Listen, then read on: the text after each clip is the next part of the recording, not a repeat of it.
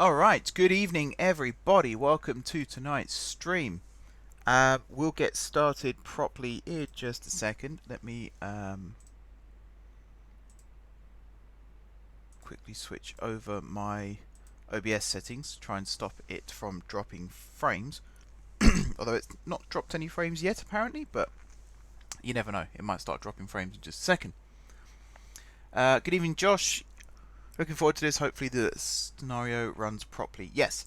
So, tonight, let me actually show you what we're doing. We're going to be doing this train sim. Let me get the game loaded up again. This isn't ideal, but actually if I unmute the game audio as well.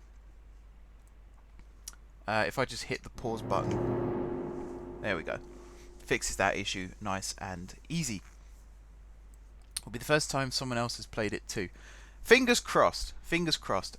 So, yeah, the quick disclaimer before we start properly. This scenario was very kindly made by Josh. Kind of specifically for tonight, but also for general release on Steam Workshop in the future, I imagine. It is a trip down or up the East Coast Mainline from King's Cross, which is where we are currently, up to Peterborough. It follows a real life timetable, which is the 1718. Is that right, Josh? 1718 from King's Cross to Peterborough. And then it calls at, oh god, this is going to be fun. Calls at Finsbury Park, Potter's Bar, Hatfield, Welwyn Garden City, might be Welwyn North, if not Nebworth, Stevenage, Hitchin. Trying to remember what comes after Hitchin. I can't remember the exact order, but it's things like Biggleswade, Sandy, Huntingdon, St Neots. Is that on that route as well? And then terminates up at Peterborough. So this is going to take the bulk of tonight's stream. It's going to be a roughly 2.5 hours stream tonight. 70 minutes of it is going to be this, or more than 70 minutes now because I've got it paused while I do a quick introduction. So if we have time, we'll do some other stuff afterwards. I've got a couple of other ideas for what we could do. I know the blurb says we'll go onto the Somerset Hills Railway, but I might not do that. Reason being is basically the track file's been messed up again on Somerset Hills. So the whole track is still there, but there's little bits of it that are missing here and there, which is really, really irritating. Really irritating. So I'll see if I can find a way to fix that. I won't be doing that on stream though, because you don't want to see me raging. 1712 departure calls at Stevenage, Biggleswade, St Neots, Huntingdon, and Peterborough. I got the wrong train. I think I'm thinking of a Cambridge train. That maybe actually sometimes Peterborough. The reason I chose this route and I chose this particular service. And one of the reasons I chose it was every time I go to London, I get on just any train that goes to King's Cross. But when I come home, I always get on either a Peterborough train or a Cambridge train because it stops at Hatfield, which is where I live. So it's always, the stopping pattern is always out of London. It's King's Cross where you start, and then it's Finsbury Park, Potter's Bar, Hatfield. So it's really convenient. I can get home in like 20-25 minutes. It's awesome. One thing I've not yet done, and I really would like to do this in the future, is get on a train at Hatfield and actually go through the Thameslink core. But it's not happened for me yet. All the Thameslink trains I have been on have terminated at King's Cross. So one day I will go and do a train nerd tour of London. Might be when Crossrail opens, so I can change at Farringdon and go experience Crossrail as well. Good evening, Ben. You were thinking of the train I took yesterday, Potter's Bar to Cambridge. Yes, yeah. There is also one that runs non-stop from. Well, there's one that runs non-stop from King's Cross to Cambridge, and there's also one that runs very limited stopping, and it doesn't stop at Hatfield, which is mildly inconvenient. When I used to have to go up to Ely a lot, I'd have loved a train that stopped at Hatfield and then went non-stop to Cambridge. Alas, not to be. Right, so I will unpause the game in a second and I'll get the doors open. One of the reasons I needed you here, Josh, is to make sure that I am actually opening the doors properly, because this isn't just any old train. I'll show you it from the outside, actually, if I can. I think I have to unpause the game to do that. So let me unpause the game, I'll get the doors open, then I'll tell you a little bit more about what we're driving, and again, why it was chosen. So I think it's... Is it that? Or is it just that? Or just press T? T works too. So this is loud. Oh, let me turn the volume down and scooch.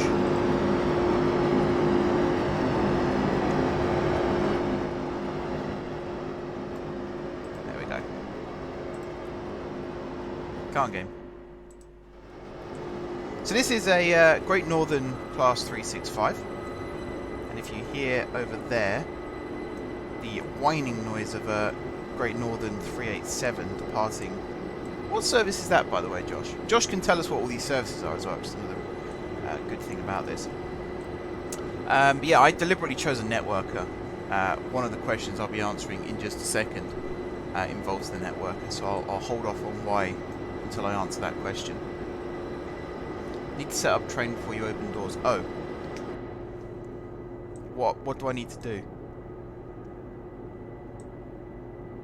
Help! So this is an Armstrong Powerhouse 365, which I've never driven before. So a lot of this stuff is totally new to me.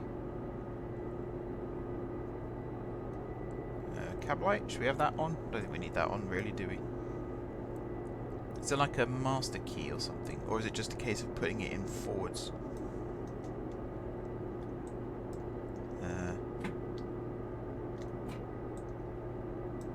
Okay, I really am stuck now. Right, put that in forward. Are we in forward? No.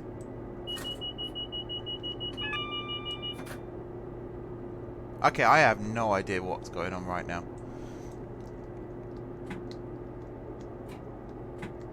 Pressing E does something. I'm trying to put it in forward. Ah. Master key.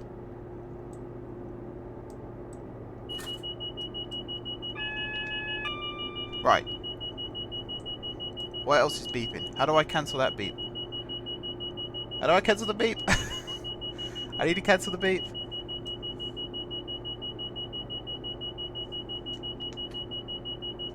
It's not AWS. Speed set. I didn't know this train had speed set.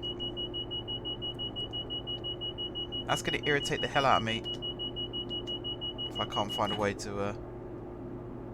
Okay, that seems to do it. Now I can put it in forward.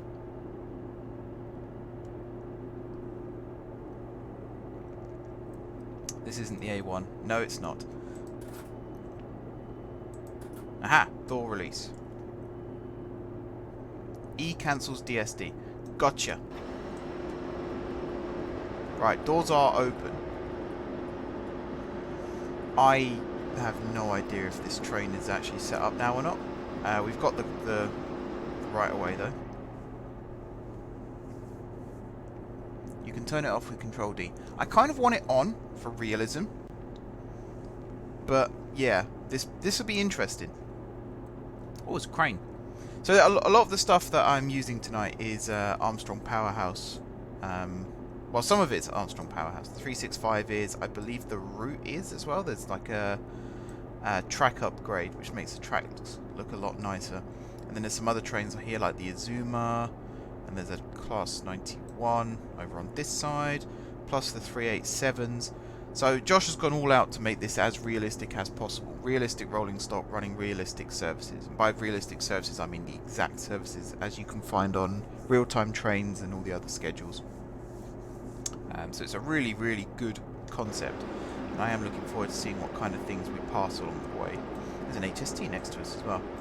That looks so much like a Hornby Virgin HST. Right, I need to shut the doors. Which is... what? T again?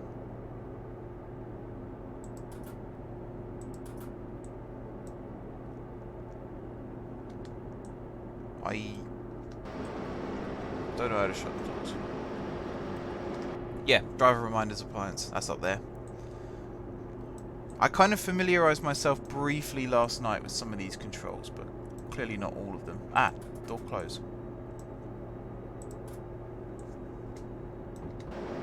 Right, door is closed. Stevenage, here we come. So we're in... press E, press Q. Turned the train off by mistake. So I need to turn the brakes off. Turn off the DRA. And we can go. Hey!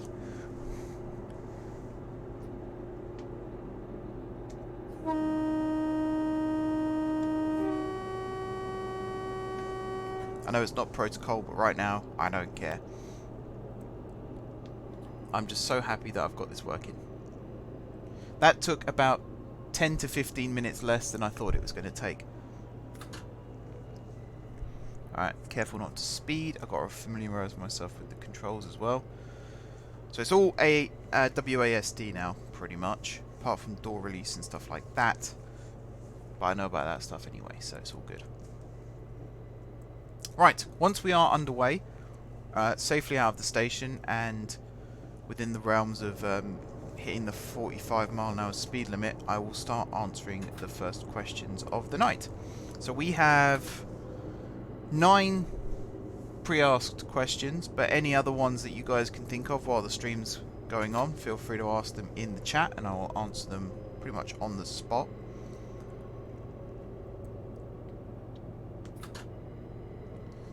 Should I have my headlights on? Where even are the headlights?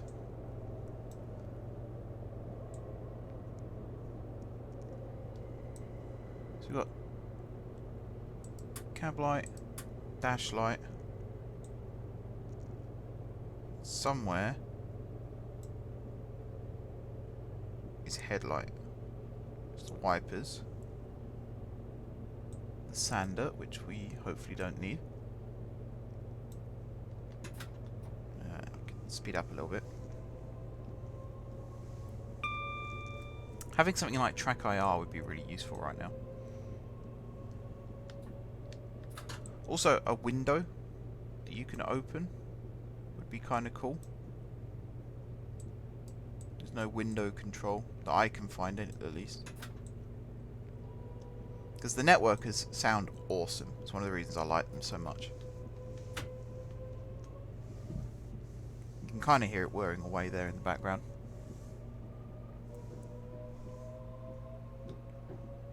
If anyone's thinking that sounds a little bit familiar, that networker, the Jubilee line trains, London Underground, they use the same traction motors, which is why when they accelerate, they sound the same as networkers. I think they were built by the same company. ABB built the networkers, or at least the 365s. Alright, we've got a clear road. This train is accelerating pretty slowly, actually. Got to be honest.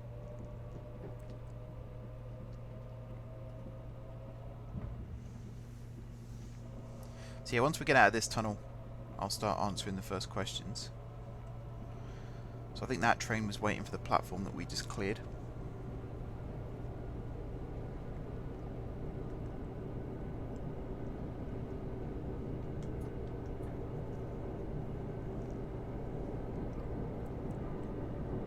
Alright, 65 miles an hour. Here we come.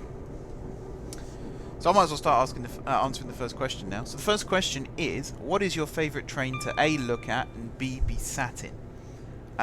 One of my all-time favourite trains to look at is the Networker. My wheel slipping. Probably because I'm accelerating too much. So yeah, the Networkers, the 365s and the 465s and the 165s. Well, hang on. It's the 165s and 6s, and then it's the 365s, and then the 465s and 6s. They're the Networker family. They all look the same. Even though the 165s and 6s are diesel locomotives, they do all look the same. Or DMUs, I should say, not diesel locomotives. And they were just such a good design. Such a good design. Very versatile. Very quick as well, as you'll see in a second. Top speed on these, I believe, is 100 and... Actually, I think it's just 100. It might be 110, actually, for the 365s. Probably just 100. Now I've said that.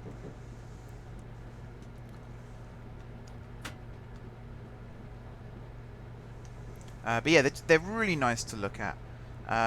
Not as nice to sit in, but I mean, they're still okay. They're the train I'm most used to. When I used to go to London, it was the 321s, the 315s, the 313s, the 317s, and the 365s. They're the trains I used to get into London.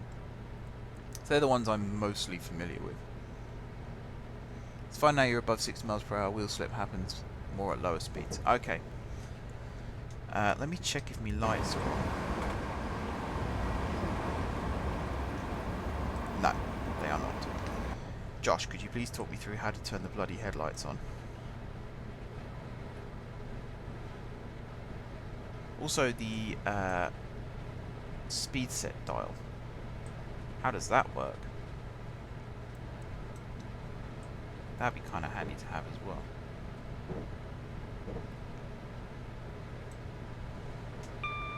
Did I just see foot warmer? What kind of space age technology are we working with here? Ah, these are probably what I need. So, day head. That sounds about right. Sounds a bit dirty actually, but you know what I mean.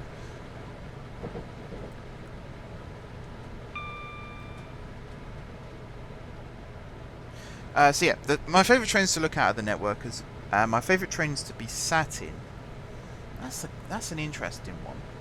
I mean, in honesty, my favourite train to be sat in is probably a heritage train, being pulled by a steam locomotive. But for the purposes of this, considering this is like mainline Britain that we're referring to here, it'll probably have to be something like the new S stock on the Underground. I say new, it's almost 10 years old now. Big fan of them, particularly as they have air conditioning, so during the summer it's very, very nice just to be able to get on a train and not have to worry about overheating. And DLR trains as well I quite like. Very nice, very comfortable, smooth. K to turn tail lights off, H then to cycle to desired headlights, turn the cab light off, give you better FPS too. Ah, yeah, FPS was a bit right now. Oh yeah. It's amazing what one button can do, isn't it? These are awesome trains going past, by the way, as well. The 800s and the 700s, not 800s. 700s and the 717s. My brain is all over the place today. I don't know what's wrong with me. Wow, we are struggling with the FPS, aren't we? Let me see if I can fix that really quickly. Ambient light intensity. We'll turn that down a little bit. I think most of the graphics settings are done in the main menu, so I can't change too much right now. That's kind of made it a bit smoother again. Having lots of AI as well can make a game stutter. That and the fact that I haven't really done much in the way of setting this up and testing it to make sure it works before we started the stream, because that's me being a professional as always. Right, we are 22.9 miles out from Stevenage. Going strong. This is... what station's this? Is this Ali Pali? Looks like it. Yes, Alexandra Palace. We've got Bounds Green Depot on the right hand side there, and the Hertford Loop line diverging off to the left and the right. This is home territory for me. I know this route very, very well. So the second question of the stream: what is my least favourite train to look at and be sat in? The 345s look awful, and if you don't know what I'm talking about, the new Crossrail, whoops, speeding. The new Crossrail trains look really bad. I don't know what it is about them. I just don't like them. The Aventras in general aren't too bad. The new ones that are being built for South Western Railway are actually okay. The London Overground ones, the original livery for them was awful, but the revised livery actually looks half decent. And the ones that are being built for C2C I've not seen yet. And then there's other ones being built for, again... Actually no, who's it got the other one? Is it Greater Anglia have got Adventures? I think they've improved upon the design again for those. But yeah, the 345s, there's something about the nose cone. It just looks really stunty and just bad, like a snub nose kind of thing. And my least favourite train to be sat in is actually a Pendolino or a Super Voyager. Basically any train that tilts. I don't know what, again, I don't know what it is, but I get motion sickness anyway, particularly when I'm in cars. And trains I'm normally okay, but the Pendolinos especially. Super Voyagers not as much, but the Pendolinos really bring out the motion sickness in me. So I took a train from Milton Keynes to Crewe once, and it was a Pendolino. And that was the first time I'd ever been on a Pendolino, and it was like 2.5, 3 hours from there to Crewe. By the time I got off the train, apparently my face was green.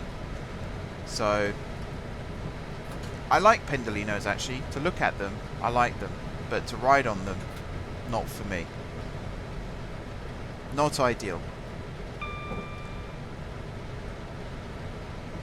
Right, we are now, what, 20 miles away from Stevenage, speeding up to 115 miles an hour, although I think we'll be capped out at 100. So is this speed set dial a thing? Can I actually use this?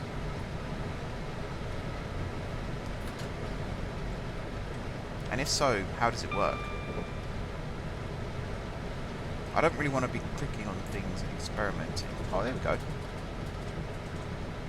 Apparently I do want to be clicking on things and experimenting. So if my knowledge of speed dials is anything like reality, this should hold us at 100 miles an hour.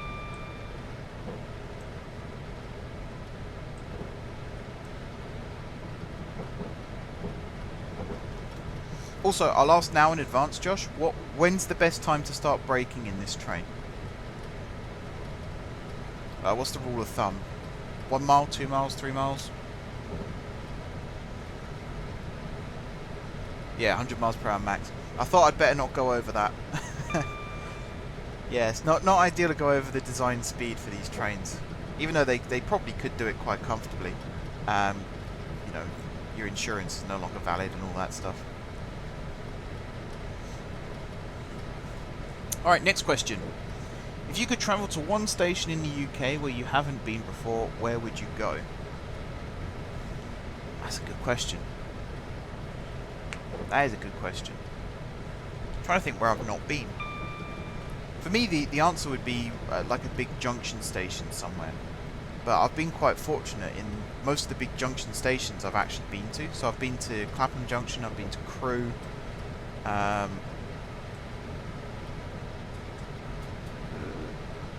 mean, that's supposed to be 100 miles an hour, and yet it's not. But I'll cruise at 98, that's fine. Anytime after 1 mile out for braking at max speed. So you mean like 1 mile or above, rather than like half a mile, slam full brakes, try and stop.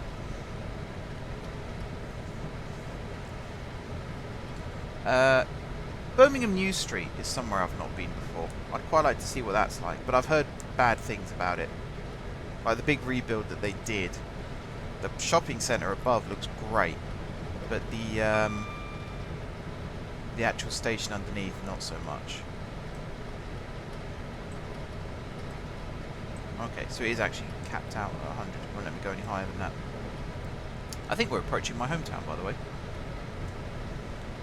Coming up shortly. This is going to be Brookman's Park, I believe. Looks like Brookman's Park. Oh wait, no. I think that was Potter's Bar. Nothing like Brookman's Park. Let me check the map. Yeah, that was Potter's Bar. So now it's going to be Welham Green, Brookman's Park, Hatfield. We're going to blow the horn as we go through Hatfield. Here comes a 387 going the other way. Oh, a distance of less than 1 mile. Oh, okay. That sounds dangerous. I'm well up for that.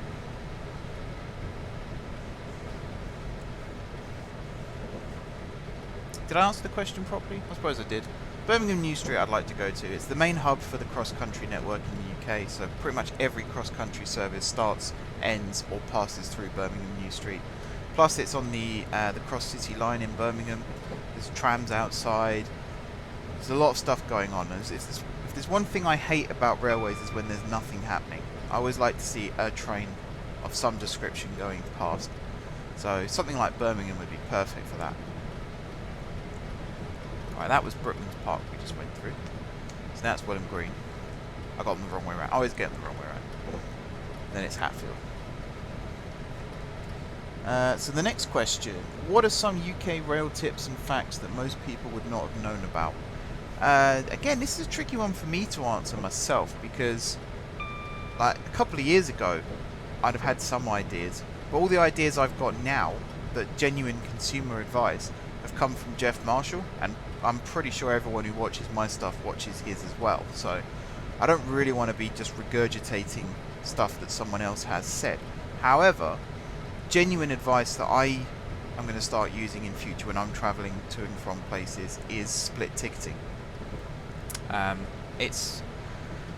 amazed it's not become more common, and I'm surprised they haven't tried to find a way to automate the system, because in reality, Network Rail make enough money from ticket prices as is, and the DFT make enough money from ticket prices as is, that they don't really need to not endorse split ticketing. For those of you that don't know what split ticketing is, say I was trying to take a train from King's Cross to Newcastle. It might cost something like £300. I could instead buy a ticket from King's Cross to Stevenage, Stevenage to Peterborough, Peterborough to York, York to Darlington, should we say, and then Darlington to Newcastle, and that will cost a lot less. So you're still doing the same journey, you've still got valid tickets for the entirety of the journey, but it costs you a lot less overall. And it's a really, really good way of saving money. You can still get reserved seating as well, as far as I'm aware. You might have to change trains here and there in order to take advantage of it.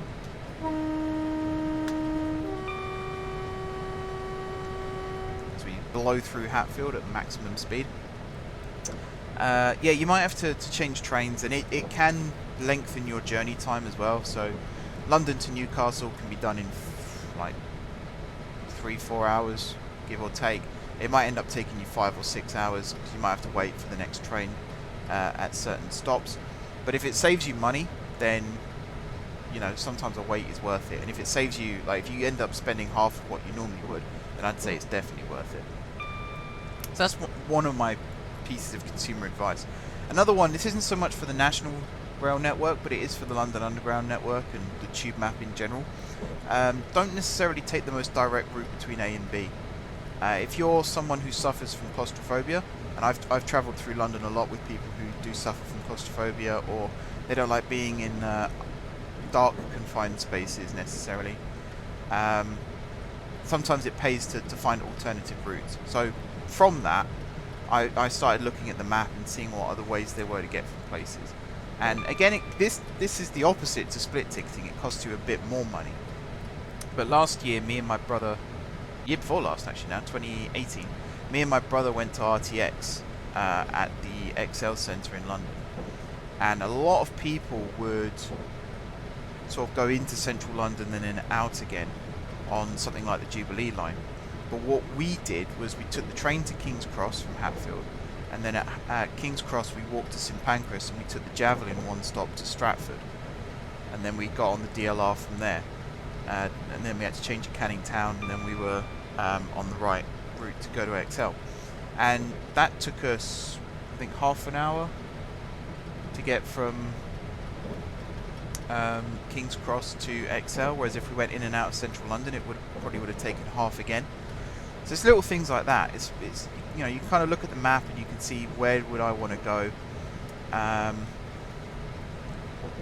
can try and draw a straight line between places, but ultimately, if you know the tube better than the map, then you'll know which ways to go, and you can save yourself a lot of time doing that. Things as well, like if you want to change from the central line to the Circle and District line, don't change at Notting Hill Gate, but get off at Queensway and walk to Bayswater, because it's actually nearer. Little tips like that. I'm starting to learn them a lot more as I go along. Right, we are 5 and a bit miles out from Stevenage. Blow the horn again as we go through Welling North.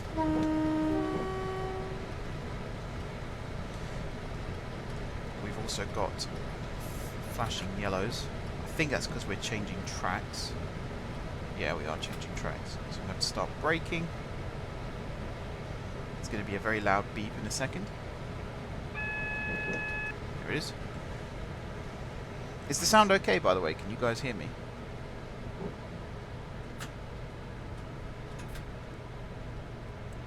Can you guys hear me? Can you guys hear the game? There's no music or anything like that, so don't have to worry about that. I just realised I've not had the Twitch chat up. Hang on, the game's probably about to pause. It says I'm playing Minecraft, does it? Hello, Sparky. How are you doing? I did change my title. I don't know why it's not done it. I don't want to get caught going too fast over these points, by the way, so I'm going to have to squeeze the brakes on a little bit harder.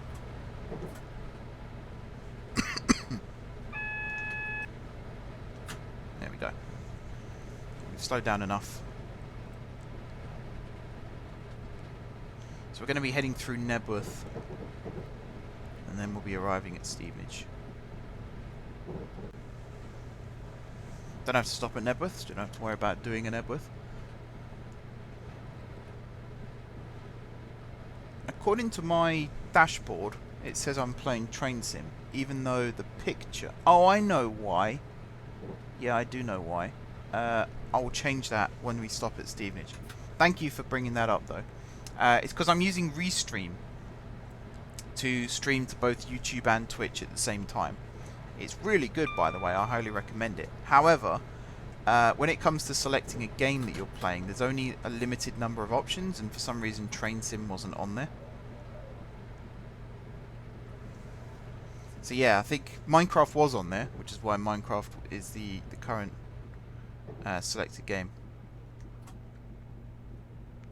I'm enjoying Restream. It's got some really cool features. It automatically posts on Twitter and Facebook when I go live, which even Twitch doesn't do that anymore. So to have that feature is very, very handy. Good evening, George. I'm slowing down for Nebworth. Why am I slowing down for Nebworth? I'm distracting myself now. This is going swimmingly well. Yeah, things are good. Things are good, Sparky. How's things with you?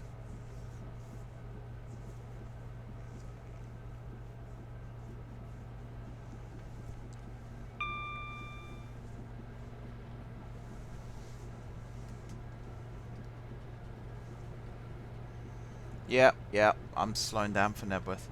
I literally just said I wasn't going to do a Nebworth, and then I did like an anti-Nebworth.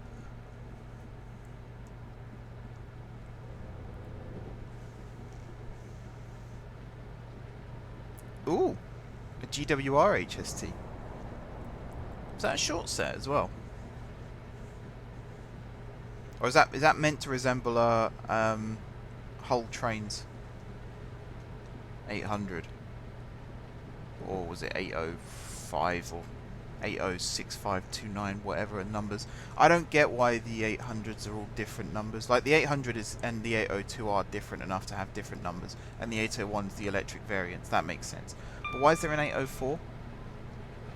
I don't think there's any technical differences between them. Even if the seating configuration is different, there is no reason for it to have a different classification. You can just call it an 802/2.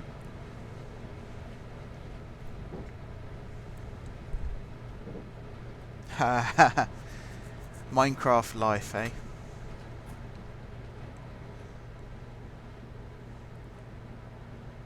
You guys missed my Minecraft stream on Monday. It was pretty good. Got some good stuff done. Hull Trains loaned 2 HST sets from GWR. There we go. See, there's always a reason. There's always a logic. I'm probably going way too slow for this approach.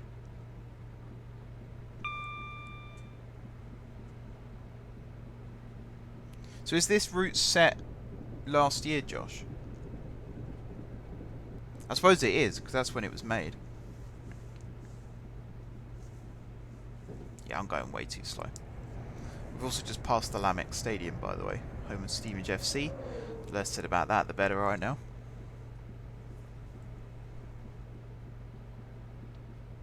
Yep, my bad to you, bud. I'll be changing the game on Twitch in just a second. Derpy me, forgot to change it.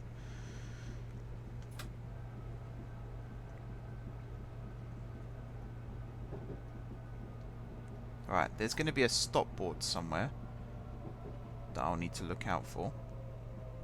We're trying to enter the platform at around 25 to 20 miles an hour.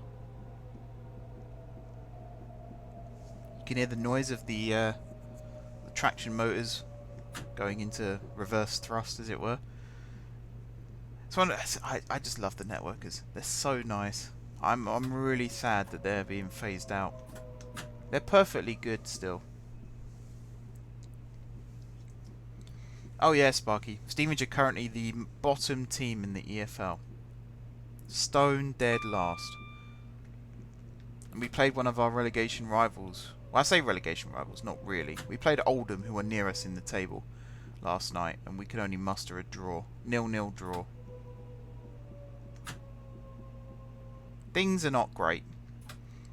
We got our whack job of an old manager back, who, when he first came back, he started criticising the players' fitness and said that was why we were conceding last-minute goals. And now he says he's realised it's not because of that, and it's actually because of their mental strength. Right, we've arrived. Door release. Hey, right, quick, change the game. Edit stream info. Category, train simulator. Okay, if everyone on Twitch can update your page real quick.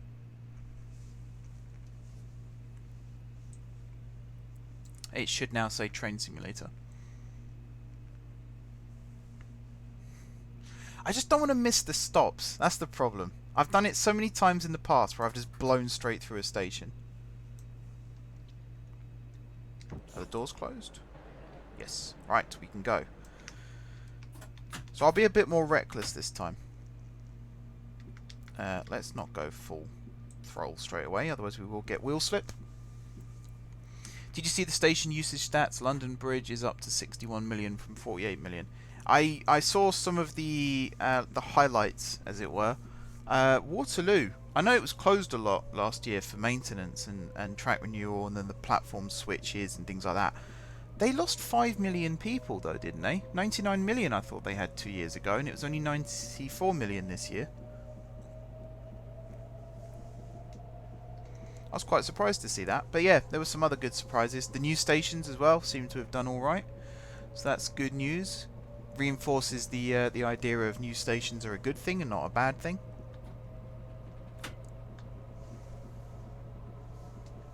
Alright, I'm going to try and control the speed a bit more.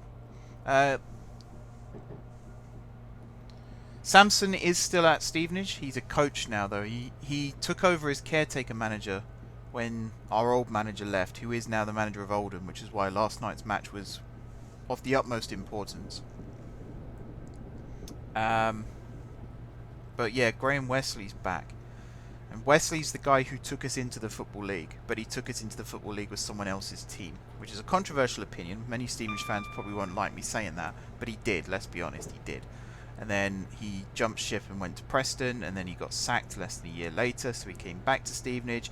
He then replaced our entire squad to try and prove a point, and we ended up getting relegated. He then changed our entire squad again and tried to get us back into League One, and we lost in the playoffs, and he left. Then he went to Peterborough, Barnet and Newport County and lasted less than a season at all of those, and now he's back with us again. So literally no one else will hire him, so he just keeps coming back to us. SWR has seen a decline. New joint lease use station 2. Yep, saw that. all the stations were celebrating it. I'm not sure if that's something that you should be celebrating, but hey ho, to each their own. Alright, that should be set to 75. For those wondering, by the way, the lines out of GSG on the M4J network are inspired heavily by the by the East Coast Mainline.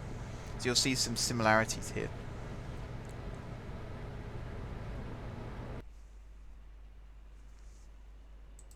What's happened? Has my game crashed? I think my game's crashed.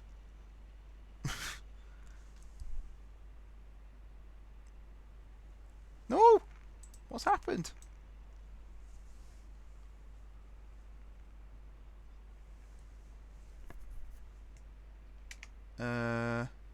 Help?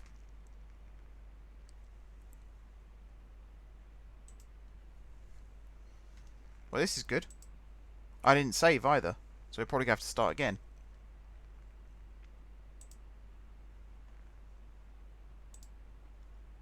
Oh, this is great.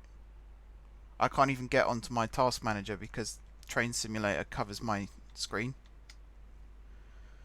Oh, this is annoying. Does anyone know how to close a program? Does this happen a lot, Josh? I don't play Train Sim enough to know whether this happens much.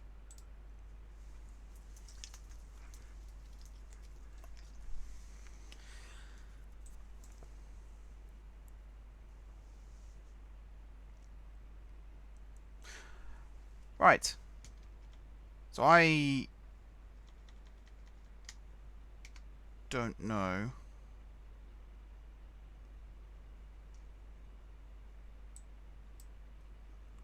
Does anyone know how to move a window to a different screen? Literally nothing I'm doing here is working.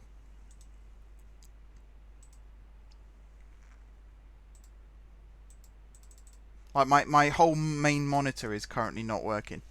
And I really don't want to restart my PC because it will just cancel the stream.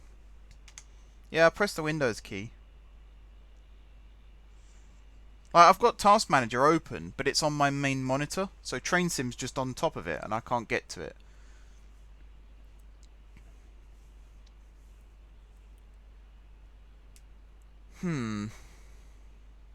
Control, then arrow pointing to a screen.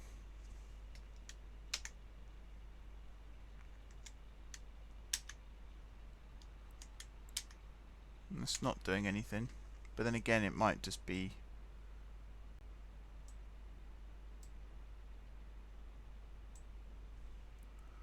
I can see it, I just can't use it. Although, hang on. If I do... What did I do just then? Oh, there we go. So if I hover over this, do that, it's the fourth one down.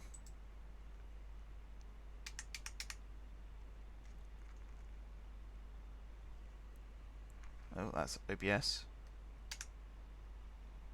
Definitely don't want to close that. There it is. Press delete. Hey, hey! Right. Managed to fly blind there. Let's try and get Train Sim back up.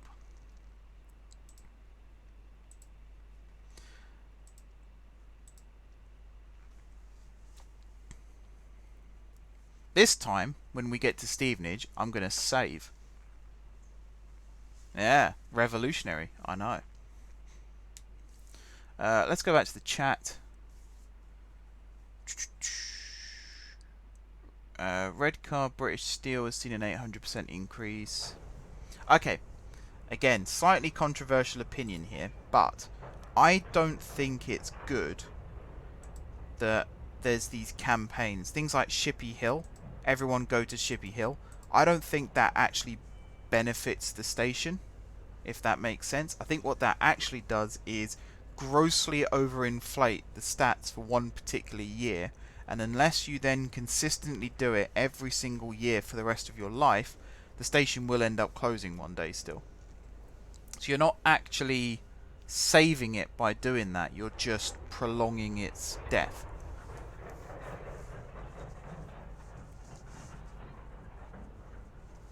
So things like Redcar, there is no reason for Redcar British Steel to exist at the moment.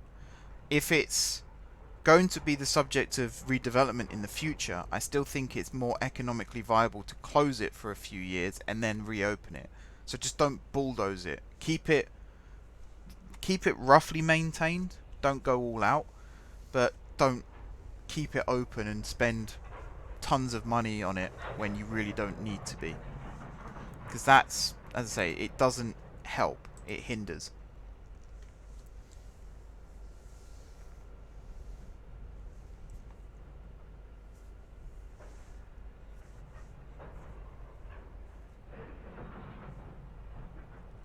Two of the top 3 least used stations, one stop after the other. Ha! It's a cool gimmick. Alright, come on, game. Coombe Junction Halt 2. That's literally in the middle of nowhere and was a least used station a while ago. Yeah, Burnley Arms as well. I don't know if the pub's reopened for Burnley Arms. If it has, then fair enough. If it hasn't, then... yeah. If there's no reason for a station to exist, there's no reason for a station to exist. It's as simple as that. You need to be in neutral. There we go. Right, train is set up. Door release. We need the headlights on. We need the tail lights off.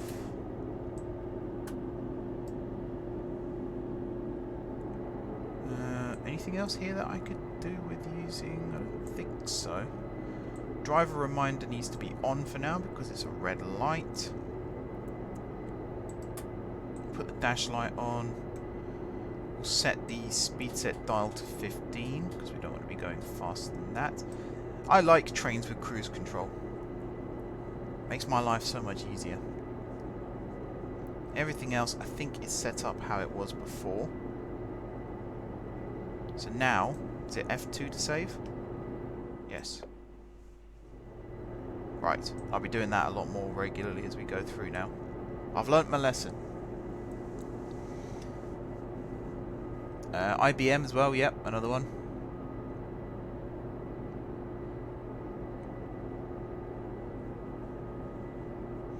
New Haven Marine as well. The station's technically been closed for like 4 years now, but they've only just started the official process of closing it.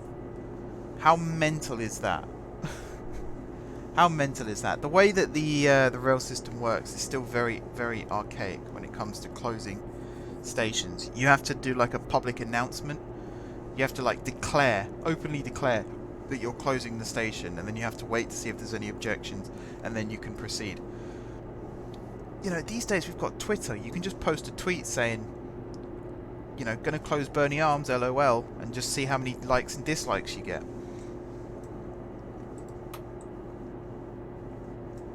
There's your protest. Alright, train is ready to leave. Next question. What is your favourite part of the UK rail network? We are currently sitting just south of it. The section where the canal tunnels join the East Coast Mainline, that's one of my favourite sections of the UK rail network. Mainly because you've got High Speed 1 passing over the top. You've also got the North London line passing over the top in... they kind of cross each other. You've got the East Coast Main Line, you've got the canal tunnels. Just off to the west, you've got the Midland Main Line leaving St Pancras, heading up towards St Albans and Luton and places like that. I just like places where it's busy and there's lots of activity, and that is one of the best places that I've been to see that. Things like Clapham Junction as well, and London Bridge, it can get quite busy around there with lots of trains arriving and leaving, particularly now the Bermondsey flyover has been built. You have a lot more trains arriving and leaving. Just anywhere where it's busy, where there's lots of trains arriving, lots of trains leaving, lots of trains passing through.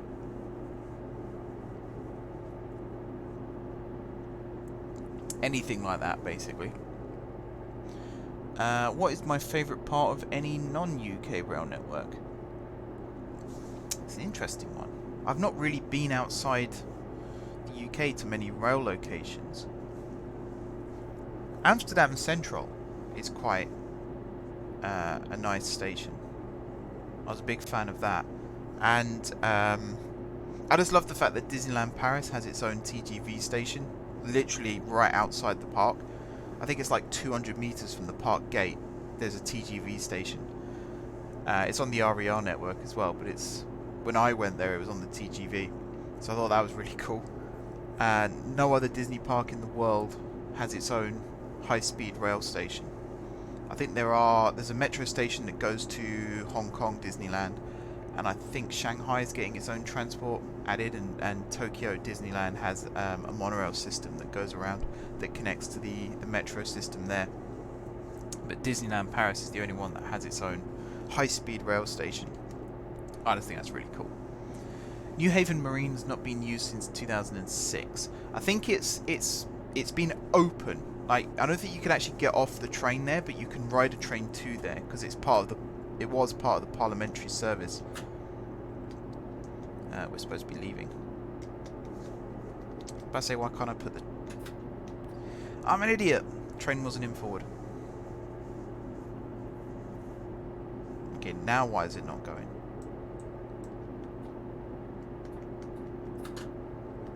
Help. Reminder appliance is off. We're in forward.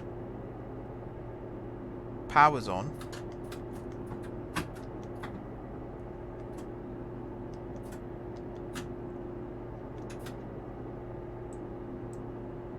Oh. I am an idiot. Doors are open.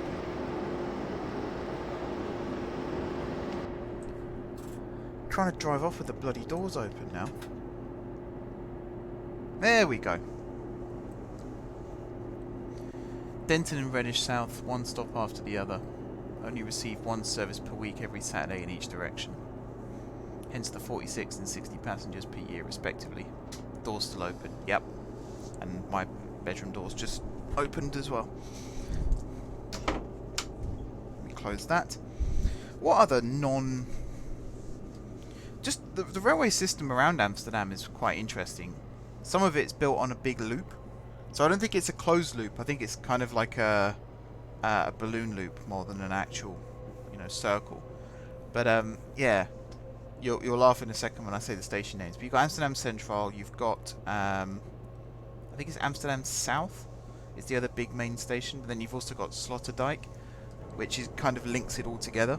And the line from Schiphol, you kind of loop around Amsterdam and then up into the east-west central approach. I thought that was quite nice when we did that.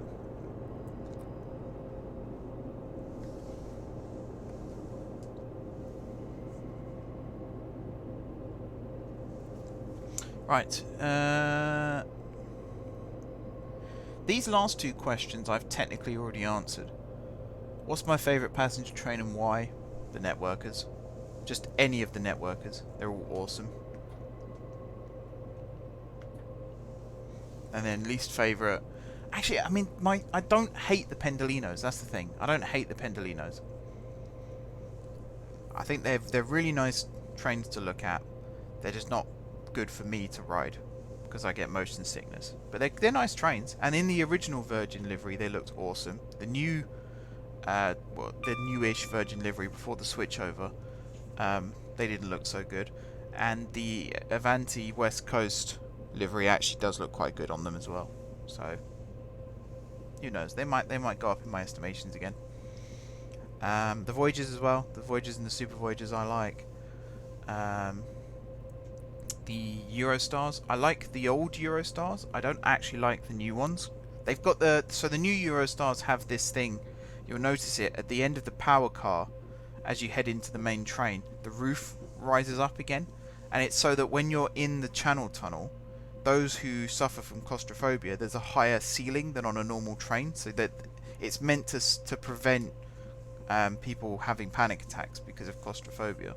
That was the idea behind it, and to my knowledge it works, and it works very well. I need to speed the train up. I thought the game had crashed again then. That would have been good, wouldn't it?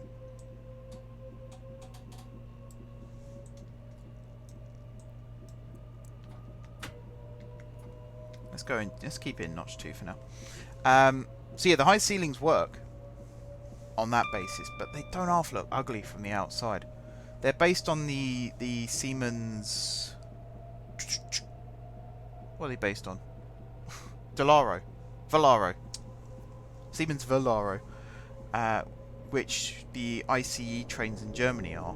And the ICEs look really awesome, but the Eurostars look really bad because of this raised roof.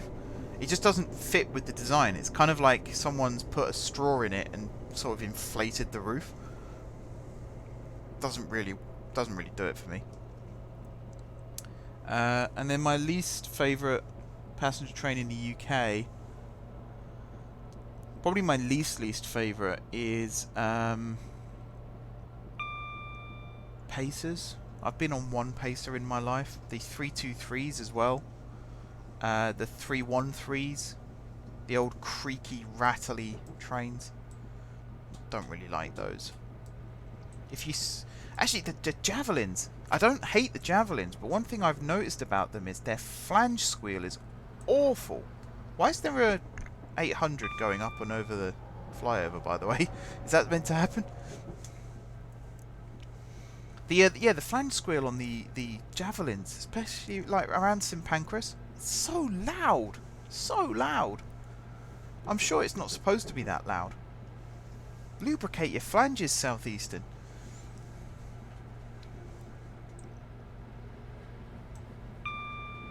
I might as well stick this in 80 now, because we're not going to speed up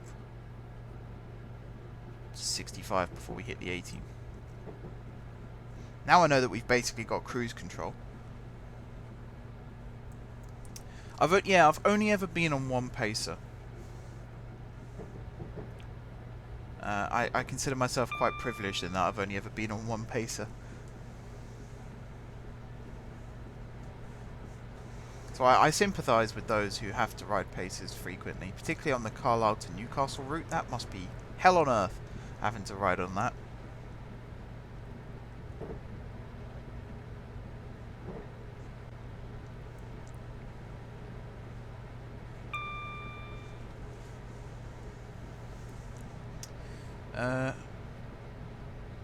Yeah, my Cities in Motion 2 series was based off Amsterdam quite a lot.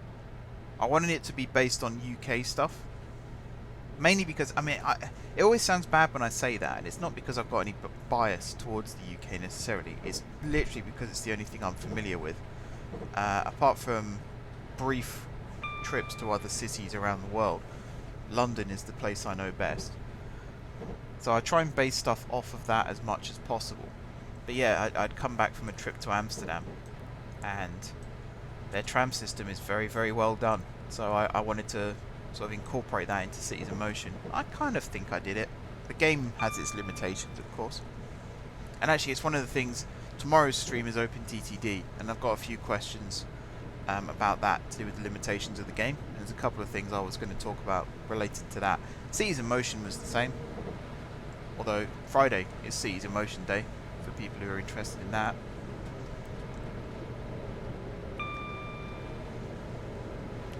So I'll be talking about the limitations of Cities in Motion and the sequel, and Skylines even, because they've all got their limitations. HS2 review is due to be published in early February.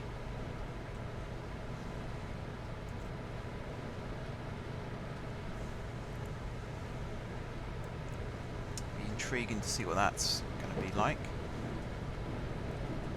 Construction work has already started. I think it would be so stupid to stop it now.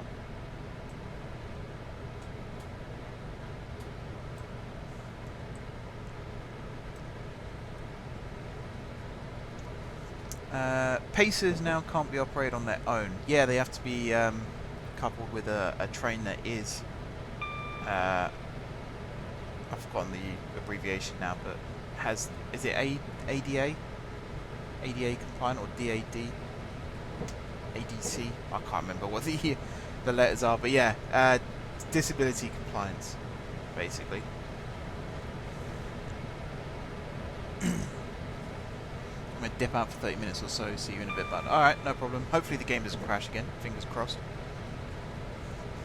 I'm going to save when we get to Stevenage, though, just in case. Hey, at least we get to blast through Hatfield again. I can also use some flyby cams. Oh, they got that little noise when you hear an approaching train coming. Wow, the FPS. The FPS just tanked. Oh, they got the door sounds for the 700s as well. 717s. That's awesome. Oh, is it PRM? What am I thinking of then?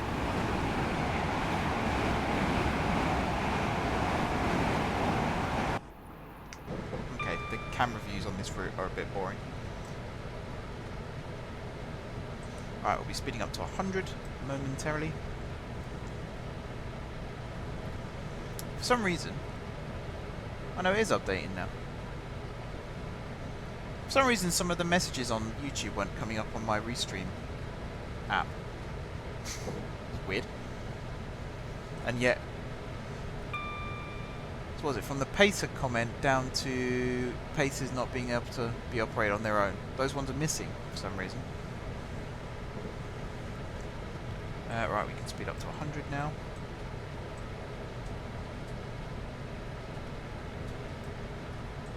There we go.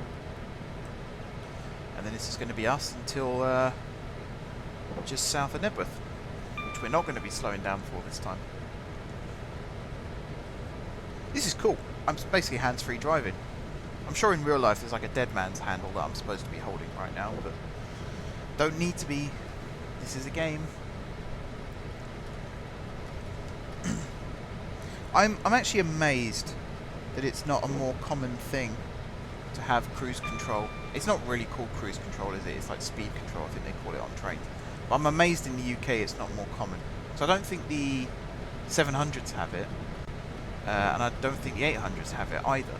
So your driver is constantly having to apply power and not apply power in order to maintain train speed. And I just think, you know, drivers have enough to do, particularly on driver-only operation. Why not just give them that little bit of autonomy when it comes to driving? It's not really risking lives to have a speed control, because the driver can still control the brakes. It's not like it's a completely automatic train. It's just it holds the train speed a lot better.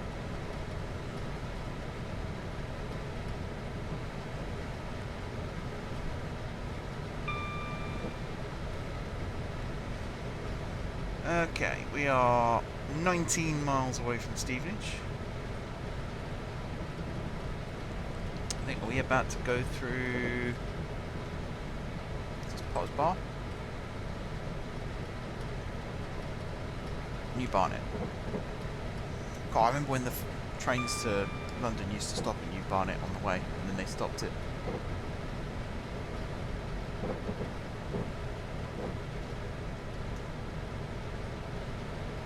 That was a good day. It used to take so much longer when we had to stop at Barnet.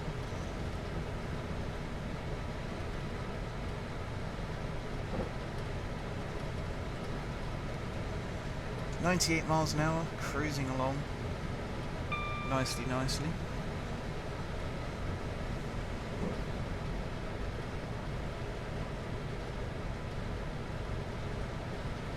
trying to remember what these tunnels are. I have to go watch PTG again and find out what these tunnel names are. I don't think they got waypoints, have they? No, they haven't. Can you imagine that in real life? Just quickly pop into map view, check where I am. So this is Hadley Wood or Oakley Park. Hadley Wood. There's an 800 going any other way.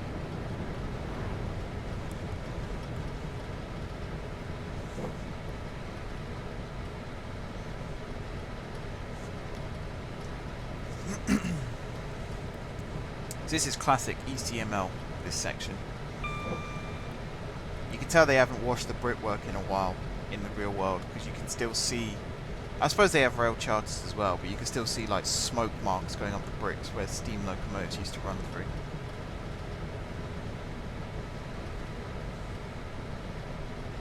I like that. One of the things I like most about the UK rail network is how we've integrated classic Victorian style engineering with modern rail. Like St Pancras is a really good example of how that works well. Um, London Bridge as well is a really good example. Any of those stations where, like St Pancras is a really good example because all the new stuff, the Thameslink station, the new Midland platforms, the high-speed platforms, they're all in the new glass bit, and then it's the Eurostars that spread through into the old classic arched roof. And it just looks so cool. They really, really put their heart and soul into designing that. I think they've won like 3 or 4 awards for it as well. Rightly so, in my opinion. Very, very good job.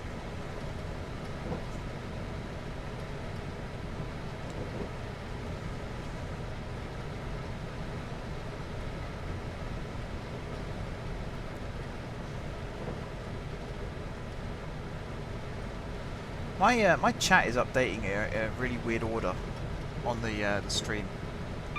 If you look on the lower right corner, that's not the order that the chat was in.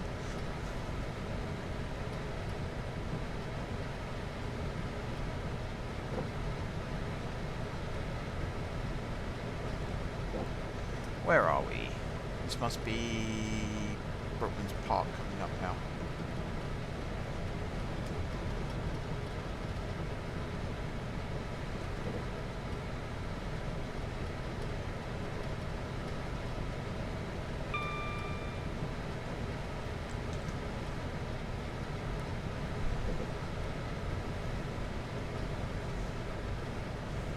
So we're almost at Hatfield again.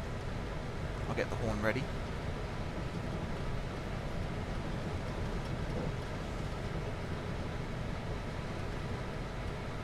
I feel like I need to be saving again soon, just in case we crash again.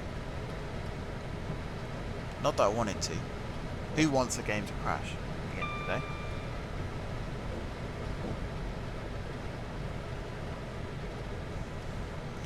Welham Green. This station looks tiny now in comparison to all the others. Most of the others now have been extended for 8 car, and then it's just little Welham Green all on its own.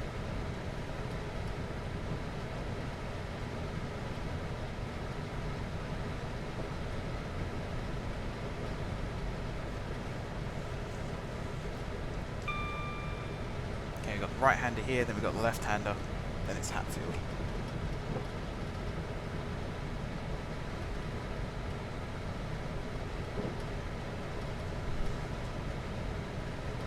Oh, the FPS is tanking. I don't know what's causing that. It must just be because I've got a lot of AI, graphical improvements, things like that, and I just didn't check the graphics settings before I started the stream. If I do stream Train Sim again in the future, I will make sure that the FPS is a lot smoother. The ECML is a resource-heavy route as well.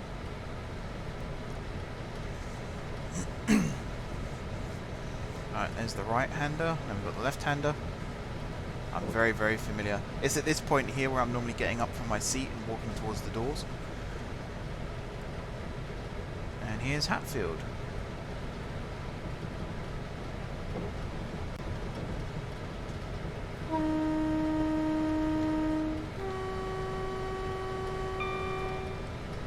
That guy was standing way over the yellow line there.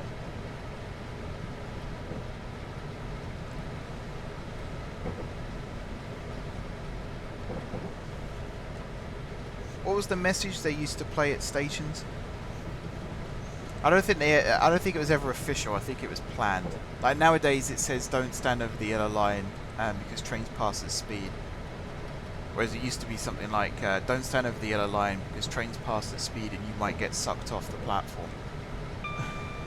Although sometimes they left off the word platform and it became a whole different message.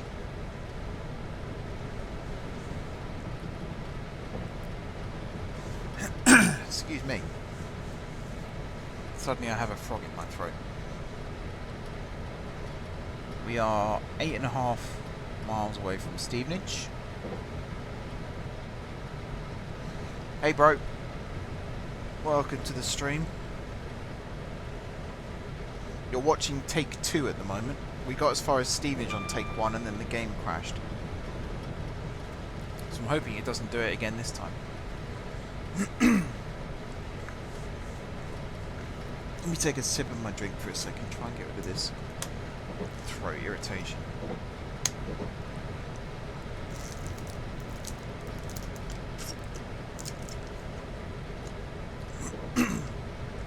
man. It's a little bit better. I have a feeling my throat is going to be ruined by the end of this week.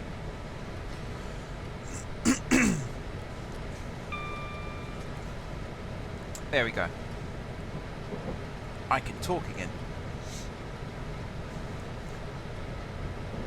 Right, there's Welland Garden City we've just passed by. Welland Sidings on the left-hand side.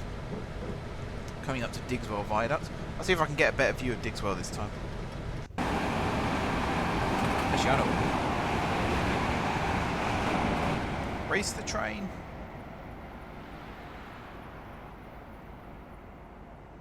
You hear that noise that I'm talking about, the as the train's approaching. That's such a cool noise. Digswell Viaduct. I think I might grab a screenshot of this actually as it goes past. Let me make a nice thumbnail.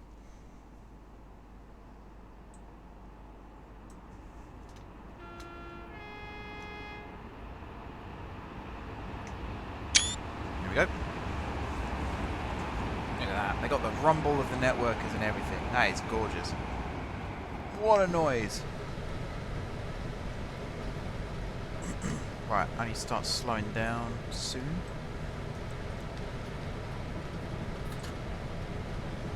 I'm going to coast the train now.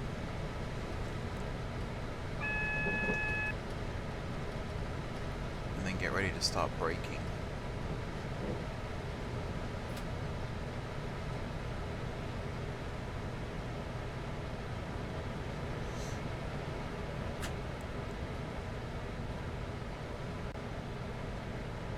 Alright, I'll coast for a bit more. I'll wait till about 0.7 of a mile.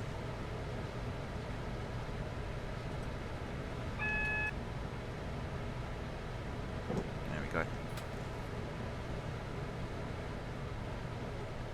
These trains actually slow down quite fast. I'm really looking forward to the M4J network heading into the 21st century, just so I can start adding networkers and stuff. That'll be a good moment. Alright, not stopping at Nebworth this time.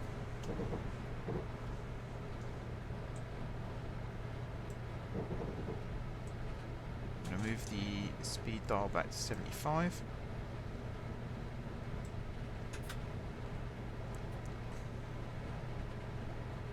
Start accelerating.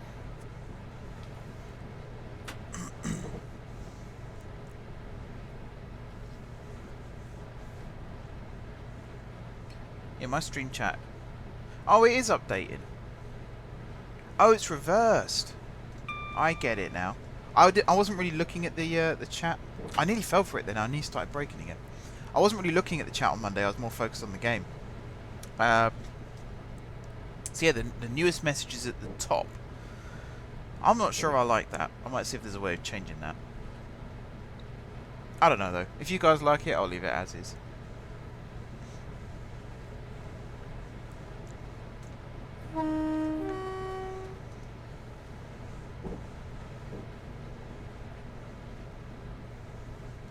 Right, speed through Nebworth.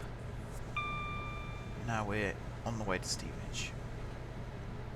I feel like we're making better time now as well. We're only going to be 2 seconds late. That ain't bad going. There's one of the Hull HSTs.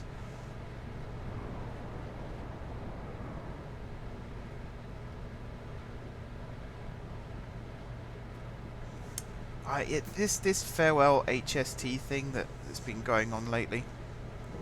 I know HSTs out of Paddington are no more, and I know HSTs out of King's Cross are no more, but they're not leaving. You know, you can still go down to Devon and Cornwall and get on an HST, even though it's a short set, not the full length one. And you can still go up to Scotland and get on an HST. So they're not gone. This whole farewell thing is a little bit premature in my opinion. There's a very good chance that an open access operator might end up repurposing them in the future as well. I think the DFT should endorse that. If there's a company willing to take them on, I think they should be given them. You can have like a cross-country thing from somewhere like North Wales right the way across to Newcastle and have that as an open access operator.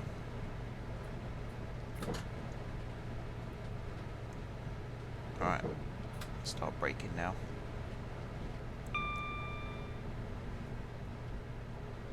Same as before, try and get to sort of 20-25 miles an hour as we enter the platform.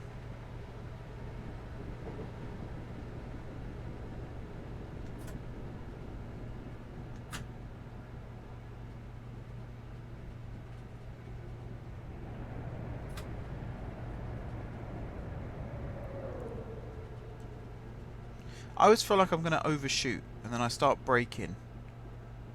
The brakes on this are pretty fierce.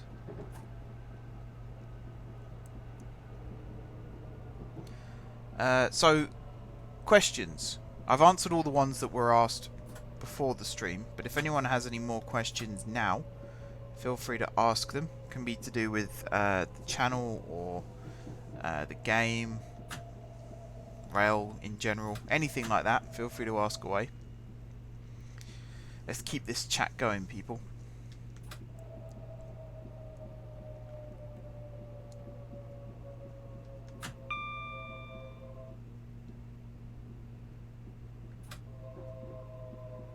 Alright, I'll slow down to about 10 to 12 right now.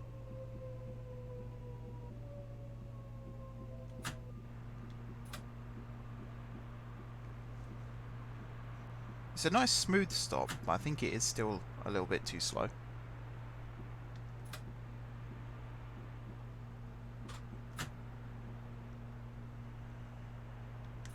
Because we are now almost a minute late. Wow, this train barely fits in the platform.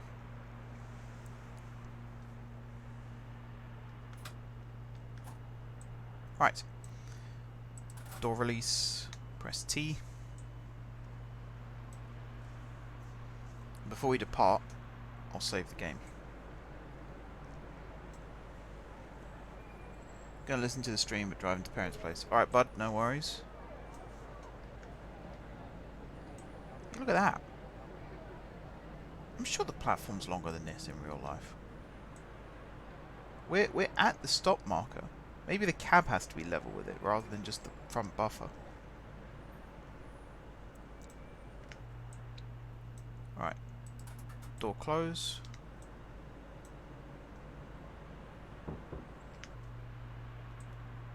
Save. Here we go. If you ran an open access service, where would it go? What would it be called and what stock would you use? Good question. So I would repurpose old stock first and foremost. Things like 91s and Mark IVs, DVTs. A bit like Great Western... No, what are they called? Northwestern... No, it's Great Western, isn't it? The sister company to Grand Central. Actually, no, it is Grand Central now. I looked this up the other day. So Grand Central had a sister company that applied for the open access on the West Coast Mainline, but Grand Central have now taken over that tender, I suppose you'd call it. So they'll be operating services on the West Coast Mainline using Class 90s, Mark IVs and DVTs. Or Mark 3s and DVTs. I think it's Mark 3s and DVTs.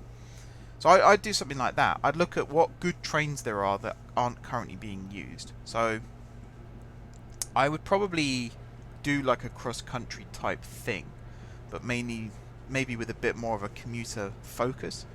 So I wouldn't want to step on Transpennine or cross-country's toes, but things like, in fact, North Wales to the east coast of England is a good example of it's not really that well utilised at the moment. So things like HSTs, Voyagers, and 90s, 91s, and Mark 3s and 4s and DVTs. That would be my rolling stock. And I'd focus on sort of underutilised routes. That's basically the gist of what I would do. I need to look at a map to get a good idea as to where exactly would be a good place to run from. I think cross-country do things like Cardiff to Newcastle, so I can't do that. They also do like Stansted to Liverpool. Cross country, basically. I'd just take over cross country and run it properly. Can I do that? Is that allowed? Is that within the rules?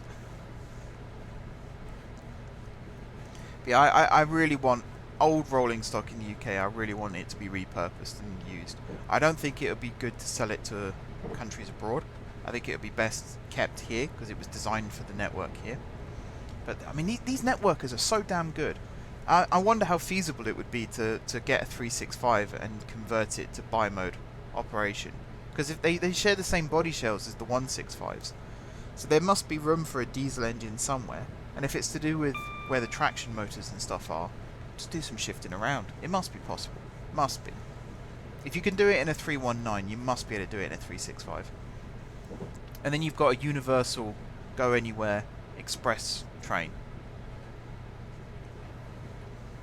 It'd be genius. Okay, 10 miles away from Biggleswade. This is roughly where the crash happened. Cross country does not run to Liverpool. I think they cut it short, didn't they? They used to run to Liverpool. They cut it short. There used to be a Liverpool to Stansted service.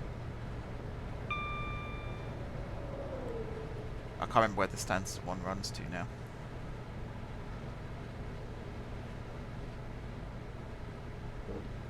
Yeah, Liverpool to Bristol's not a bad idea.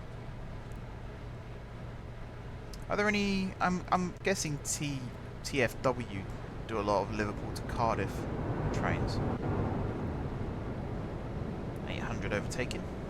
Good old Azuma.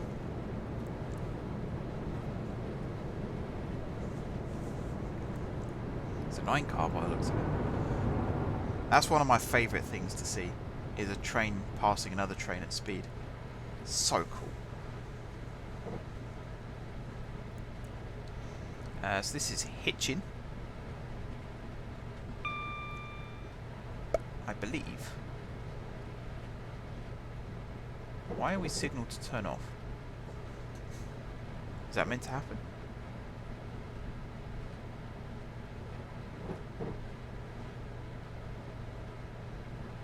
I'm not sure if that's right.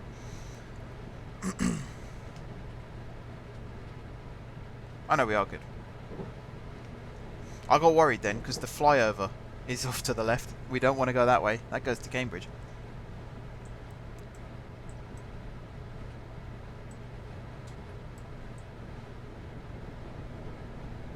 Mind you, 70 miles an hour over that. That's impressive.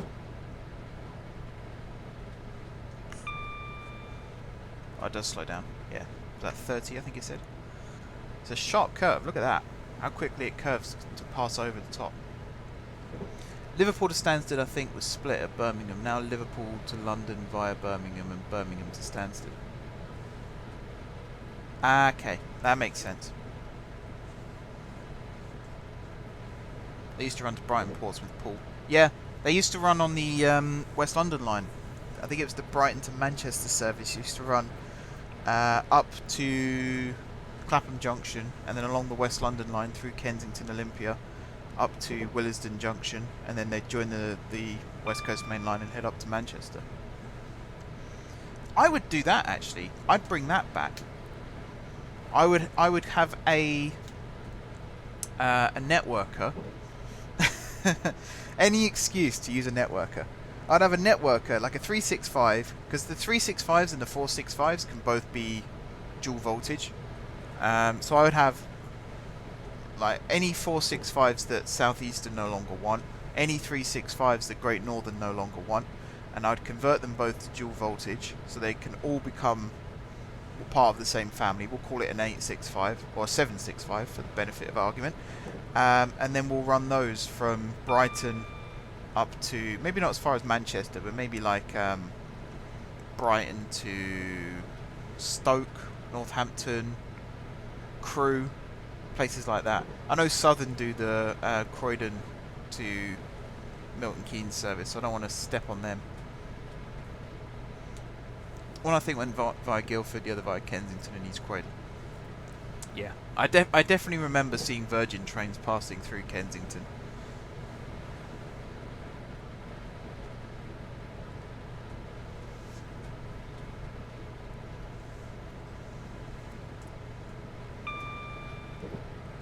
They decommissioned the link between Kensington Olympia and Wandsworth Road, though the track is still there.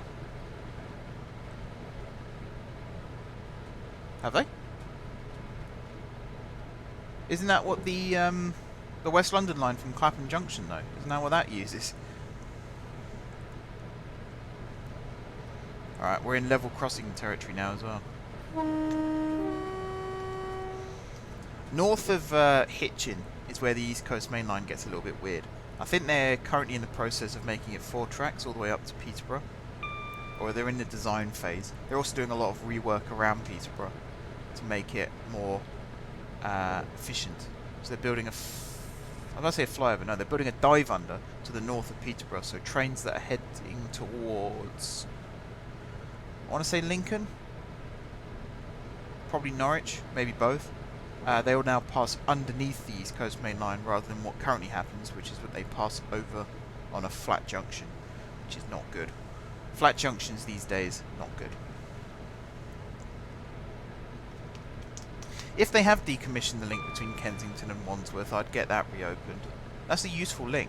Having a diversionary route through London like that is actually a very beneficial thing to have. I'm surprised that they've decommissioned it. But there must be a link between South and North London still, because the Southern service uses it. I'm just getting ready to set the dial. I've got to be careful though, because there are whistle boards along this section. I think if I just set the speed now... Is the train actually going to brake itself? I think it is. That's kind of cool. Maybe because we're going uphill. Oh no, we're not going uphill, we're flat. Oh, that's really cool. This is cruise control. Normally with these speed controls, if you're going downhill, it doesn't actually slow the train down. You have to do it yourself still. It just stops you from accelerating past the speed that you set. I like the little details they've got here as well, like the whistle boards are staggered because they're fast lines. Obviously the train will be running faster. It's the little touches, people. It's the little touches. West London Line runs via Clapham. I know there was a small section of track they decommissioned in 2013 which ran as a parliamentary southern service. And West London Line run via Balham. Oh, okay. Yeah, I think I know. Because the South London Rail Network, I'm pretty sure wiring diagrams are less complex than the South London Rail Network. Missed the whistleboard there. There's some really funny stuff in South London, like the whole connection. The fact there used to be a service that ran between London Bridge and Victoria. In my mind, they're like 10 minutes apart, but in reality, it's like, is it half an hour? Like 35, 40 minutes? It's crazy. But yeah, I would run Brighton Main Line. I'd stop at places like Three Bridges, Haywards Heath, East Croydon, and then at Clapham Junction. From East Croydon, I'd try and get over to Clapham Junction, stop at Clapham Junction, obviously, and then head up the West London Line. Probably not stop at every stop on the West London Line, just the big ones. Kensington, definitely, because that's. I'd like Kensington to become a major interchange again, because it's kind of a bit unloved at the moment. And then from there up to Willesden Junction, join the West Coast Main Line, stop at Watford Junction, Tring,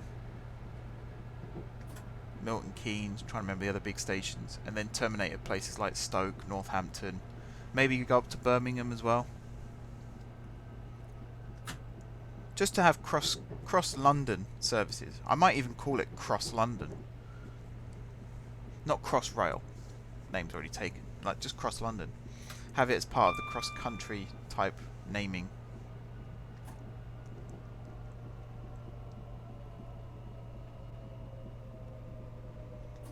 Is there one? I thought they completely got rid of it.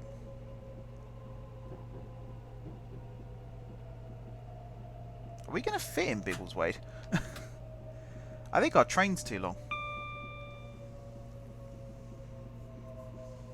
The back 4 carriages will not have their doors open.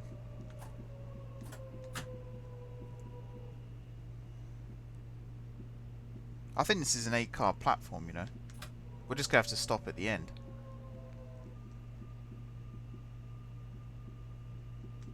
Oh dear.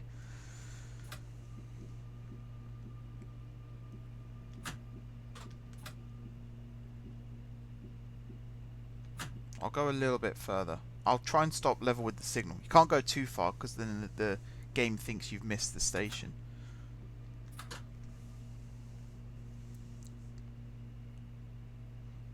Just so a carriage on the back 4 is at the platform. There we go.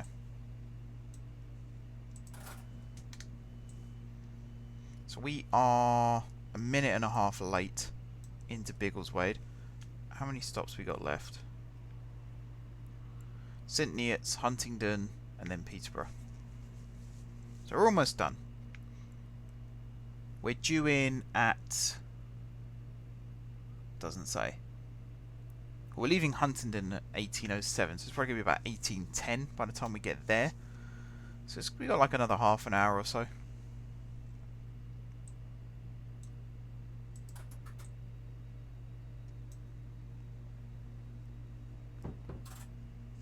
Right. Save. Go.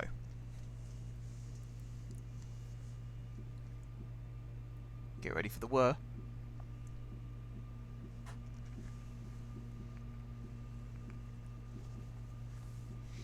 This stream, by the way, if people are wondering where the Monday stream is, it's scheduled to go up next Monday on the YouTube channel. This one will be going up next Tuesday, and then tomorrow's stream will be going up Wednesday, and so on and so on. Basically, I wanted there to be a gap between the actual stream and the video going up, just so it's not a constant overload of streams and videos going up on the channel this week. I think Milton Keynes Central to East Croydon was planned to be originally the Birmingham to Brighton via West London line. The furthest it got was Rugby, and the furthest south was Brighton. Ran to Watford. Present service was introduced in 2008. It kind of feels like an outlier, that service. It kind of feels like a last minute addition.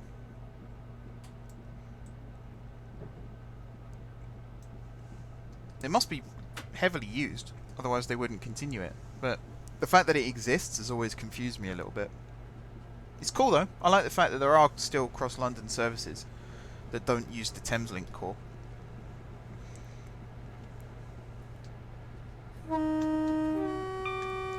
But I'm surprised that there aren't more services in the southeast of England that connect north to south. You've only really got, with the new Thameslink services, you've got things like Hastings and Ashford and Sevenoaks, Brighton, Hove, places like that that all now go through the Thameslink core up to you know, Cambridge, Peterborough, and so on. But I'm really surprised that they haven't got things like Brighton to Birmingham and Brighton to Norwich, things like that, because there must be a demand. There must be a demand for those kinds of services. People don't necessarily want to change trains in the middle of London.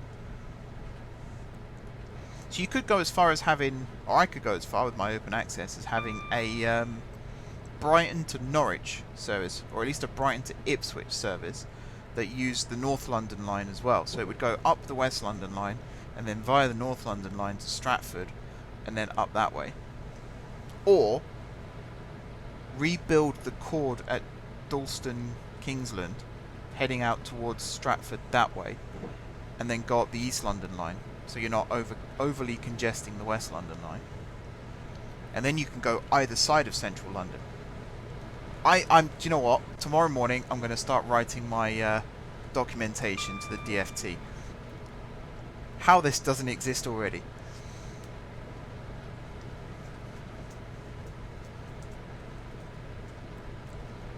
Alright, 8 miles from St Neots. We are bombing along.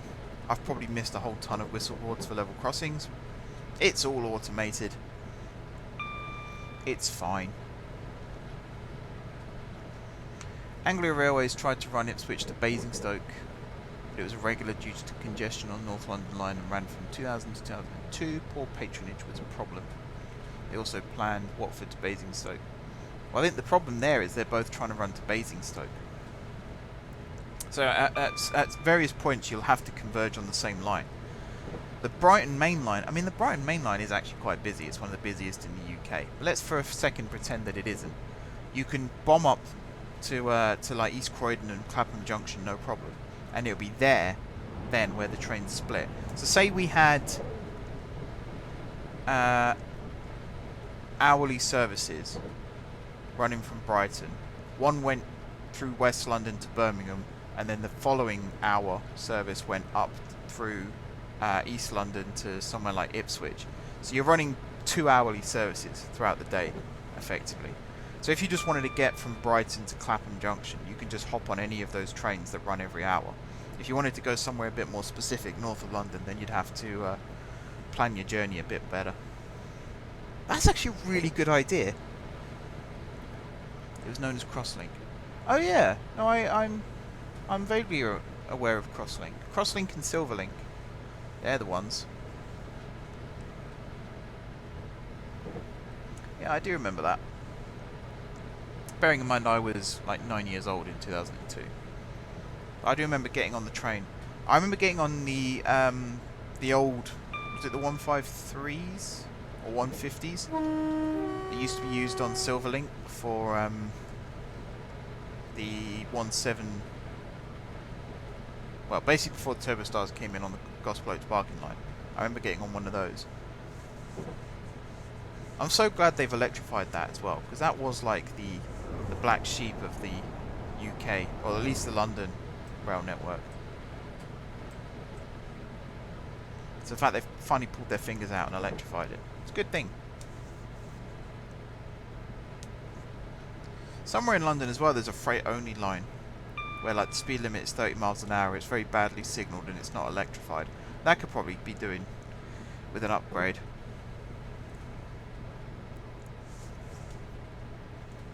Maybe convert it for passenger use. M4J Trains Limited. Better get right in your open access application. Oh, can you imagine? Some YouTuber from Hertfordshire suddenly becomes the owner of an open access operator.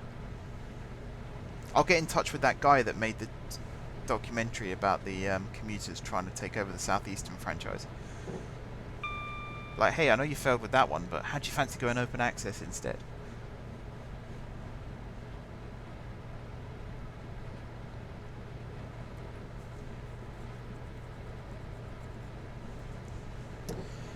It doesn't feel like we're going at 75 miles an hour. It doesn't feel like we're going at 73 miles an hour. It feels like we're doing like 30. It's that really misleading thing. It's like when you do motorway driving for an extended period of time. You could be doing like 65 in the slow lane and it'll feel like you're doing 20.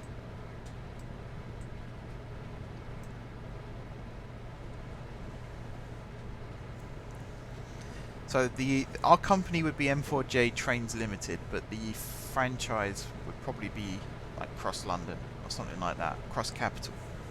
Cross Capital. That's a good name. I'll have to try and trademark it.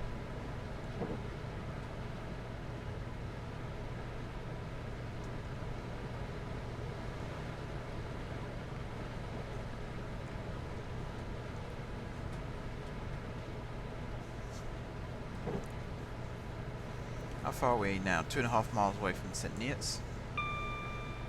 So this is kind of unknown territory for me. I've been up to Newcastle and Edinburgh on the train from Stevenage. I've also been up to Doncaster.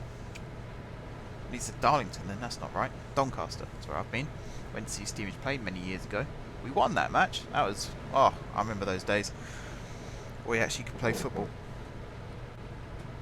So I'm used to going on the fast lines on this stretch, so I don't really remember much about the slow lines. I've driven this route once in reverse, going from, that sounds wrong, I had the train in forward, but I drove from Peterborough to King's Cross. So I'm vaguely aware of the route. I know we go down to like 2 tracks and then 3 just north of Huntingdon. Right, we've got a level crossing coming up, and then we need to start slowing down.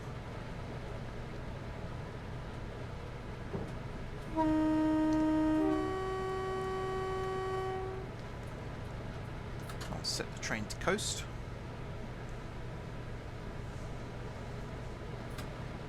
Can you imagine a networker with the M4J colours on the side? That would be so awesome.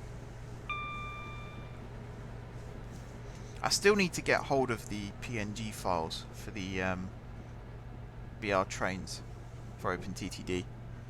Even if I can't get it in the game, just to have a PNG file with delivery on as a representation of franchises, that would be ace. I slowed down way too fast again. And yes, that's an oxymoron. You notice all these weird siding configurations they've got. Look at that. This is some random crossover on the left-hand side there.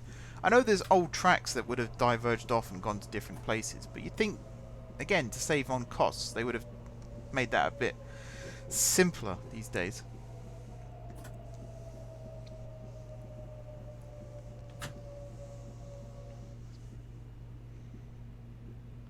Can St. Neots take a 12-car train? Looks like it might be able to.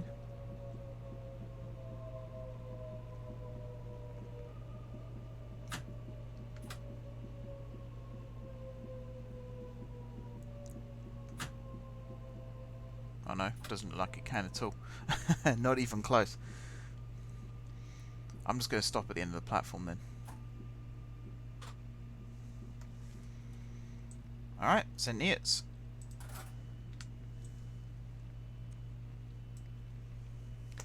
If there was a main line you could upgrade, which one would it be and why? And what would you do?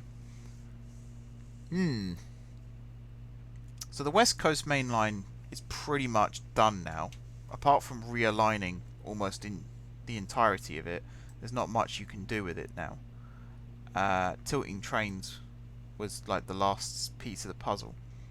I think what I would do is the East Coast Mainline between Peterborough or between Huntingdon and Doncaster, I'd make it 4-track,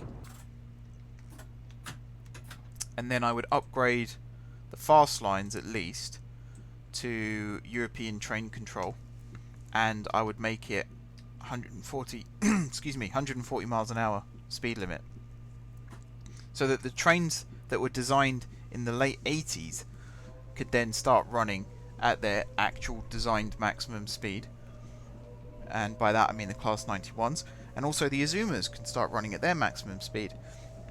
And it might even help with capacity issues to have trains running 15 miles an hour. Makes a massive difference. I thought that signal there was for us then. I was about to get ready to brake, but it's not. We're good. So it's 80 miles an hour, that's what we're set to. Good stuff. We're probably wheel slipping all over the place right now. What main line would you upgrade, George? I'm pretty sure I've given a pretty boring answer to that question.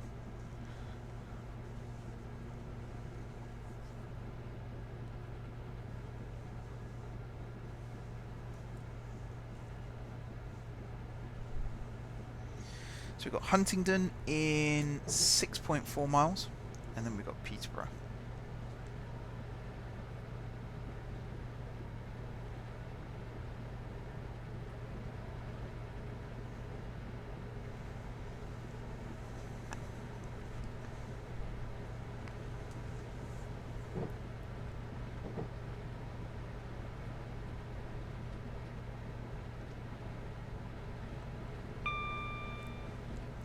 I'm desperately trying to think of what are the main lines I can upgrade. Oh, some of the cross-country route, like through Honeybourne, Worcester, places like that. I'd probably upgrade that to double track. Particularly, 'cause, I mean, cross country. It's one of the reasons why it struggles a lot at the moment. It's kind of using back routes and single track and not necessarily the most direct route. Little tweaks like that just to make it actually run to its potential. That would be something else I'd do.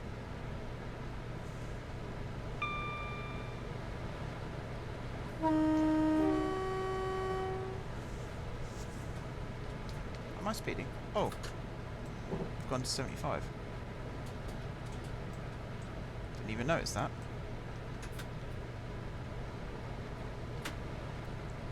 Yeah, I know we're speeding. Train's slowing itself down. Leave me alone.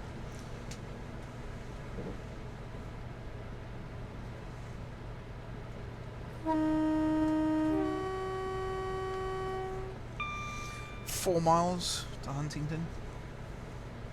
Midland Mainline would go further and electrify it from Bedford to Leeds, Nottingham and Doncaster, then remodel Sheffield and extend Sheffield terminators to York and Leeds respectively. See? You're a man with a plan. You've thought this through, clearly.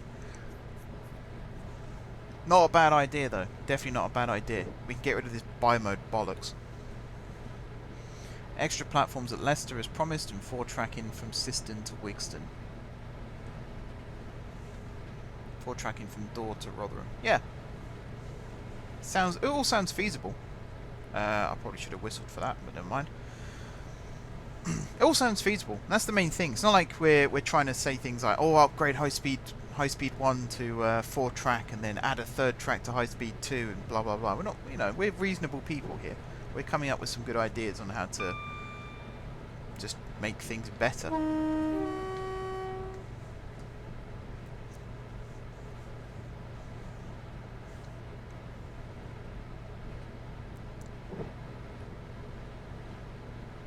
Again, it just feels like we're going really slow right now.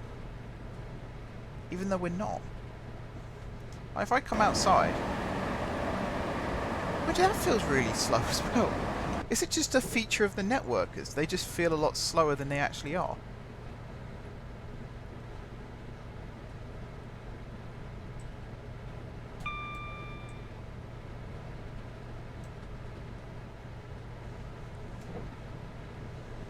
Oh, it's something else I was thinking about earlier on today. Going good, Josh. We're just south of Huntingdon. Game hasn't crashed again. Touch wood. Hopefully it doesn't crash anymore. I've been saving at every station just in case. Did I actually? Did I? Oh shit! Did I save at St. Neots? I don't think I did. I think I forgot to. I knew there was something I had to do.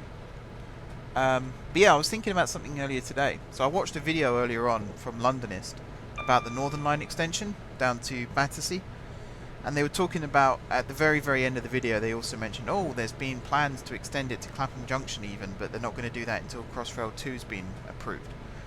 And it kind of got me thinking, why? Why wait? Like, the argument currently is if the Northern Line was extended to Clapham Junction, then everyone would just change trains at Clapham Junction. So by the time the Northern Line... Oh, there's a floating pantograph pole there. By the time the Northern Line trains got to Battersea and Nine Elms, they'll be pretty much full from people from Clapham Junction, which I agree with. But that doesn't stop you from building the extension, it just stops you from opening it. So why not build the full extension all the way to Clapham Junction, with a station between Battersea and Clapham if necessary, and then just open the section as far as Battersea. Have a little crossover for reversing at Battersea, and then just run those extra 2 stations for however many years until Crossrail 2 opens, and then open the extension to Clapham Junction fully.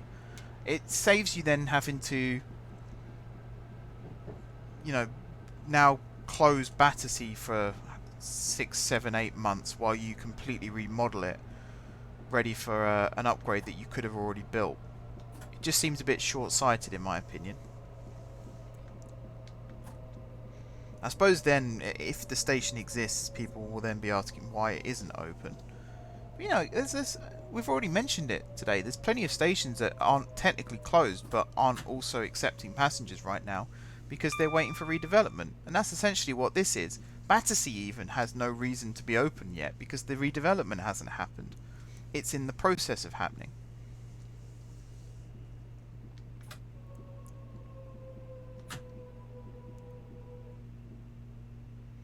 I still haven't got the hang of braking. I'm braking way too early at every station. Also, Josh, for the record, before you upload this to Steam, Biggleswade can only accommodate 8-car trains. Before I open the doors, I'm going to save, just in case. Right, now I can open the doors. I'm on the wrong side. Can I lock those doors again?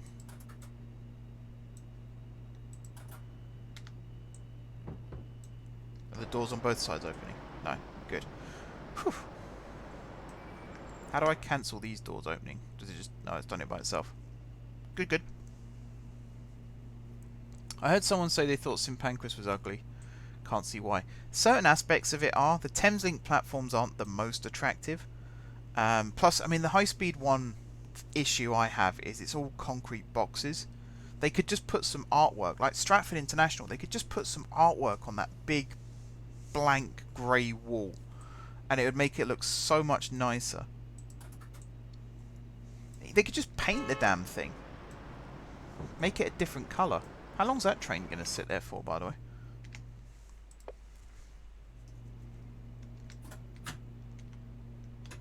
Alright, here goes.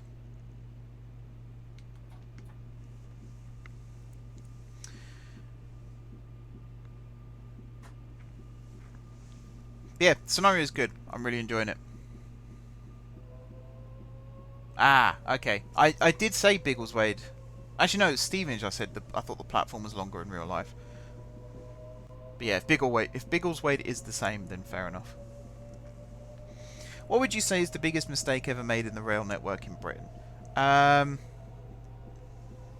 sure you're expecting me to say the Beeching report, but I think that was a necessary evil, and we're learning from the mistakes that were made with that now, or at least I hope we are. I think one of the biggest mistakes was knocking down the old Euston station and rebuilding that awful monstrosity that they're now having to knock down and rebuild again. I think that, for me, that was one of the biggest. It wasn't just Euston. All of the stations during the 60s that were knocked down and rebuilt, they're all ugly, they're all horrible, they've all been rebuilt since because they're ugly and horrible. And like I said earlier on, St Pancras was saved, and it's now a very good example of how to combine classical architecture with modern architecture. London Bridge is the same. Newcastle Central is a very, very pretty station, and because it wasn't knocked down in the 60s and replaced with a tower block. Think about it though, 5 million people used St Pancras in 2004. Now it's 35 million. Oh yeah, no, the numbers, round out the argument nicely. As I said, my problem with St Pancras is it's ugly as hell in the Thameslink section, and some of the approaches to it from High Speed 1 aren't particularly attractive either. They could just put some fancy lighting in. That's all they have to do. Just put some, like Christmas lights, but all year round type. Just put some of those along the platform in the Thameslink section, so it's not just blank and grey and dreary and horrible. Like, tart it up a little bit, make it look a little bit more appealing. Just it's little touches like that, because the Eurostar terminus is fantastic. It looks awesome.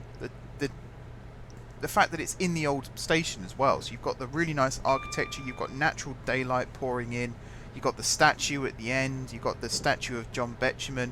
It looks really, really nice. Just move some of that stuff, or at least copy it, and just make the whole rest of the station look nicer. Birmingham, Snow Hill and New Street stations were... Yep, still think Snow Hill is ugly, New Street is good on the concourse. Moore Street is the best out of the three, I'd say. I can go full tilt now.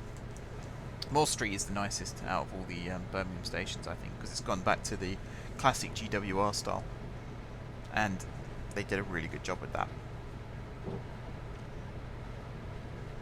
Paddington, yeah, Paddington's not bad. Marylebone is a really nice station. It's a central London station, and yet, even during the peak hours, it can be relatively quiet. It's getting more busy now. Chiltern have done a really good job of turning around that line. Maybe that could do with a bit of an upgrade as well. Make some of that 4-track. Maybe separate the Metropolitan line from the Aylesbury route. Something like that.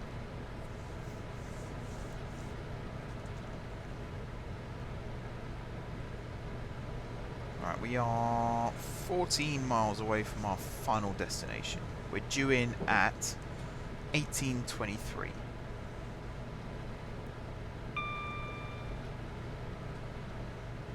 I was saying just now, Josh. Oh. Ah, good. I thought we'd crashed again. I was saying just now, that this train's doing 78 miles an hour. And I don't think there's an FPS issue. I think we're running at 60 FPS right now. Or at least 60 FPS. It feels slower than it's actually going. It feels like it's crawling along. Whereas in actuality, 80 miles an hour, it's flying. Though Chiltern's done a good job with Moore Street and Marylebone. Yeah. And some of the other stations along the route as well. I've completely forgotten the name of the one I was going to say. That's good, isn't it? That's really good. Well done, me. Electrified Chiltern Mainline. Maybe even the Snow Hill lines. Possibly. Possibly. I kind of like, though, that there is still a classic non-electrified line coming out of London. As much as I like electrification, as much as I think it will, one day, every line will be electrified, one way or another, I do like holding on to a little bit of the past. And I don't think it's damaging to anyone to have that line remain as is. Trains run on time. The timetable is very good for what they've got. When I was driving it myself, it did feel slow. It's a really weird sensation. It feels smooth, don't get me wrong. It just feels sluggishly smooth. Yeah, I can't quite put my finger on it.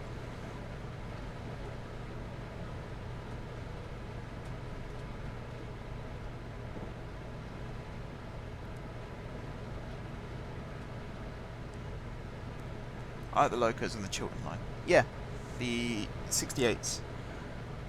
They were geniuses with that. The fact that was it Shropshire and Wrexham failed, and they just took over the rolling stock and made it work on Chiltern instead. And they use networkers. It's all about the networkers. They do use turbo starts as well, but stuff them. It's all about the networkers. Chiltern invested a lot in the main line. Also like the Oxford Link. Yeah, the Oxford Link was good. I'm still trying to remember the name of the station. Hang on.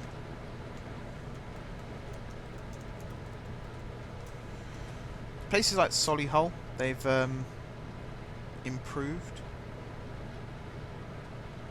Let me find a map. Banbury, that's the one. Leamington Spa as well, Warwick. All these stations that they've put a lot of love and attention into. I think it's really, really good. High Wycombe. Even with the issues at Gerrard's Cross as well, when the Tesco tunnel collapsed onto the line, they dealt with that pretty well.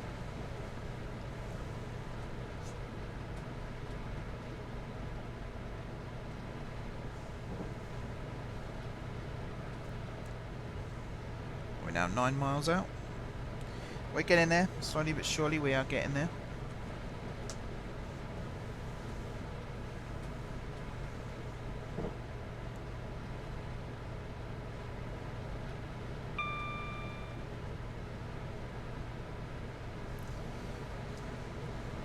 Basically sitting here now with my feet up, waiting for us to hit the first speed limit reduction.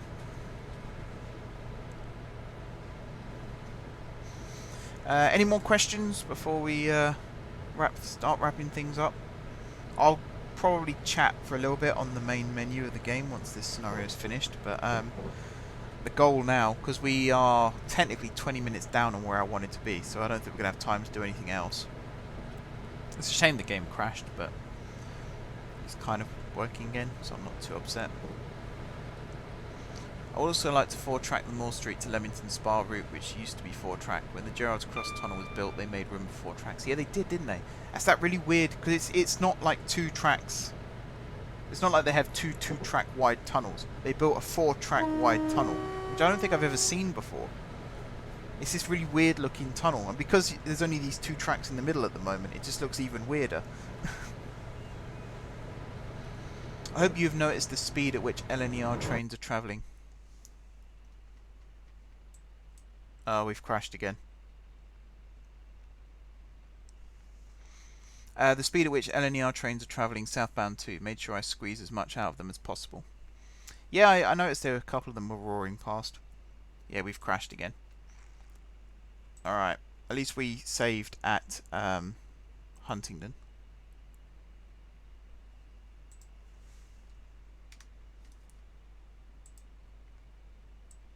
Okay. I think my task manager's frozen as well. What do you do when task manager freezes?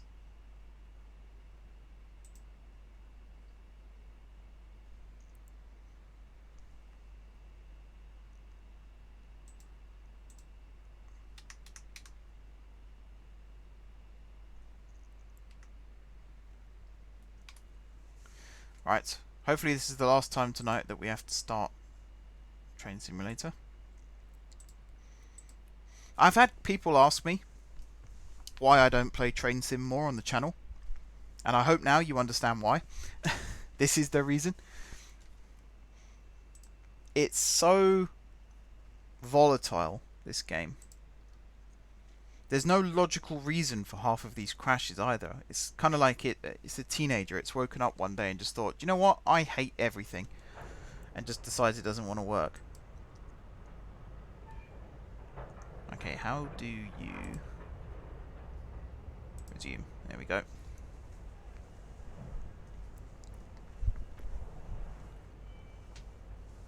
Panic. Yeah, task. I've had Task Manager crash on me a few times in the past. When I'm just like making videos and stuff, it's no problem. I can just restart my PC. But because I'm streaming right now, and YouTube has a very specific way that live streams work, it's what went wrong on Monday. You might have noticed, those that were around, I had a couple of false starts with the stream.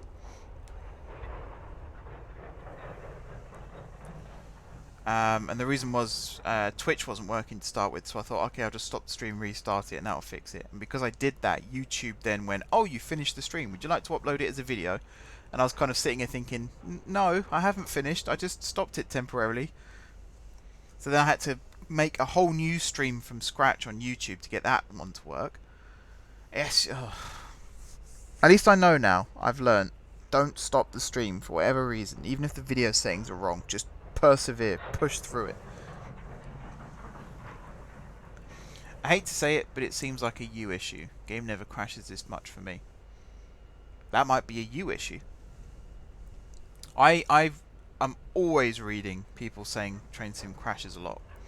I had the same problem with Cities in Motion 2 as well. It just crashes a lot. Sometimes games get to a stage where they're not really working anymore. Because this game, they update it every year and they give it a fancy new name. But ultimately, it's the same game every year. Same engine, nothing new.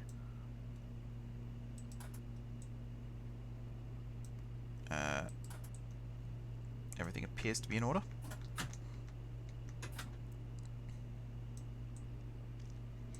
They don't add anything new. They don't update the engine. They don't update the graphics or anything like that. So eventually it will come to a stage where the game just won't work anymore. And the more modern PCs you get, the more likely it is that the game will crash. And that's what's happened. This PC is less than a year old now. It can run games like The Outer Worlds in 4K resolution at 120 frames per second. So something like Train Sim suddenly becomes an issue because it's too outdated.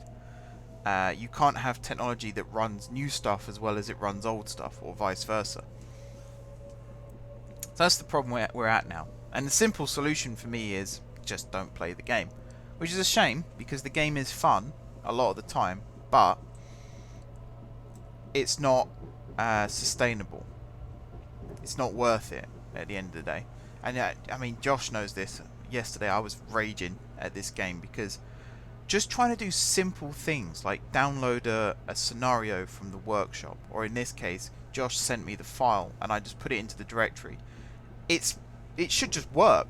Like I I didn't ask it to suddenly turn into a golf game or anything like that. All I said was, hey, this scenario that was coded in your game, could you run it for me, please? And it just went, no, I don't know how.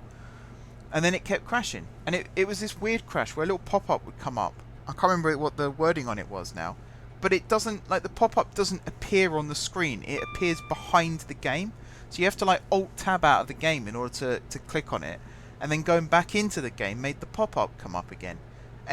Who designed that? Who made it like that? It's such a stupid thing. And if there's people who are new to the channel watching this thinking, oh, come on, Mark. Come on now. You know, I know enough about game development now that I do look at things now and think, what a stupid piece of design. And I used to defend companies like Bethesda for the Fallout 76 stuff. But they've done more and more stuff now. And as I'm becoming more and more experienced, I am looking at it thinking, what the hell are you thinking? What are you doing? Why have you made your game like that? It's just so weird. Who designs a piece of software to not work? It's the problem I have with Adobe as well. They design software that only works like 20% of the time. Who does that?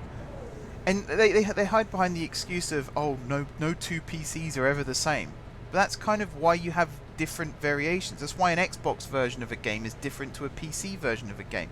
Why not try and incorporate that a bit more into PC softwares? So if you have an Intel processor, have an Intel processor type software. If you have an AMD processor, have an AMD type. It can't be that difficult to implement. Then you don't have that excuse anymore. Then you actually have to put some work into it. But yeah, different PC setups cause different issues with software.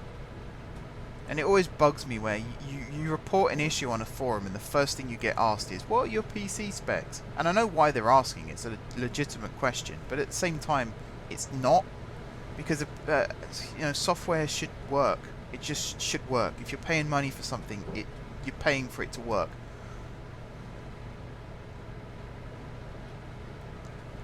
Yeah, so Adobe, I'll play devil's advocate a little bit. When Premiere works, boy does it work well. And actually, all of my videos for the last 3 weeks, they've all worked first time. I've had no issues with Premiere crashing. I haven't had to pre-render it anymore because I found out how to fix that problem. So all I have to do now is put the video file into Premiere, put the intro, put the outro, put the social links. Sometimes, like the Outer Worlds tonight, I think it is, has a to be continued, so I had to add that in. And then all of my weekly videos get put from Premiere into the media encoder, and they all get rendered in a single night. That's awesome. That's what I bought Adobe for. And the fact that it's now working is good. But next month they might release an update that will break it again. And that's really where my issue lies, is they release updates that they haven't fully tested, and it breaks things that were already working. Yeah. Are there any franchises you would remap? Do you mean like change where they operate? There's a couple. I'd say cross country, I would route them via better routes than they're currently being routed via. Because I'm pretty sure the Aberdeen to Penzance route would be a lot quicker if they used more conventional routes. It's the bit where it snakes through the Midlands and along the cross country route. That's where it really gets slowed down. So probably little things like that. Trying to think what else I'd do. It's basically it. Little tweaks like that. I mean, at the end of the day, these people know what they're doing. It might not look like it a lot of the time, but these people do know what they're doing.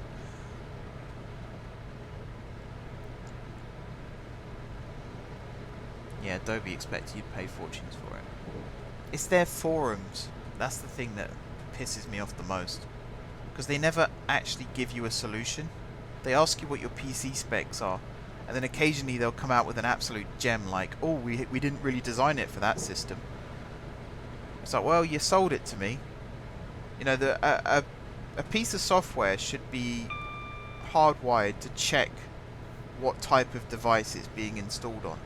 And if it's not an approved device, then it should just say, sorry, we can't do this, and refund you your money.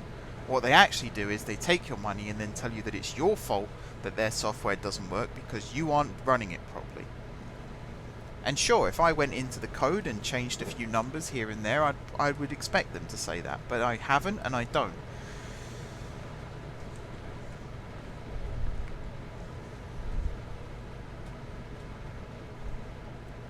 And I know for a fact that we at XVI will make our games work, no matter how much work it takes. We're designing them to run as simply as possible. And things like the RPG Maker engine helps out a lot with that. But, you know, Monday we had the networking event, and people were asking us about what platforms could we release the game on. And we're being very realistic about it. Right now we're just saying PC. Maybe Mac. It is possible to have it in a browser as well. And then someone asked us about mobile, and we said probably not right now, not for this game, because it's too difficult to do right now. We're not 100% sure how well it would work.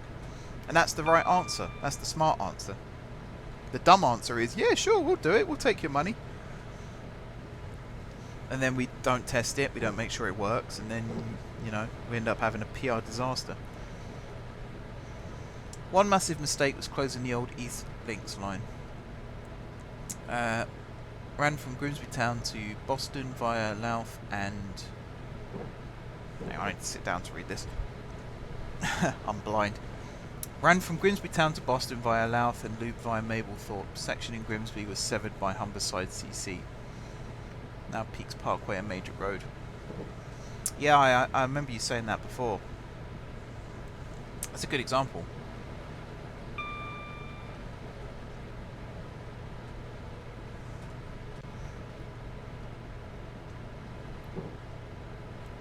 I'll tell you one of the things that was a big loss was up in Newcastle when they built the... It's crashed again. It doesn't like this Azuma.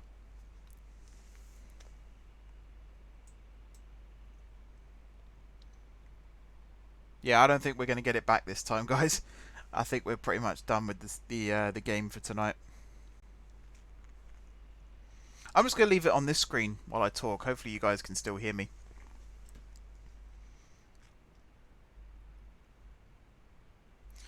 So yeah, Newcastle, when they built the metro, they didn't just close down some lines and replace it with metro. They closed down loads of lines and only replaced like 2 of them with metro. And I think that was a bit of an oversight, because Newcastle now is a fast-growing city, and all those towns and communities around it as well. And getting into Newcastle is actually quite difficult from some of these places. So you these days you get a bus or a taxi to the nearest metro station, and even then the nearest metro station can be in a different town. So it's not the most feasible system. And there used to be a whole network, a whole web of lines that came out of Newcastle Central, and they closed like loads of them. So many, particularly on the west side of the station. There's a whole section of track that's now just used as siding space, and it used to be a main line. It used to run off out into the country. So little things like that, I think I'd campaign to have reopened in one way or another. And there's a bias to it as well. Every community has a line near them that they would like to see reopened. I still like the idea of building a light rail line between Hatfield and I think it was Watford. So the Abbey line between Watford Junction and St Albans Abbey. There were plans about 10 years ago to turn it into a light rail line, so that it would then run through the centre of St Albans, connect with St Albans City station, which is on the Thameslink line, and then carry on towards Hatfield. And that would be a really good connection between the East Coast Mainline and the Midland Mainline, as well as the West Coast Mainline. It's one of these things where there's more money than sense involved in a project like that, because it really wouldn't be sustainable. But the idea behind it, there's some solid ground there. There was talk at one point of building a guided busway, which no, not for me.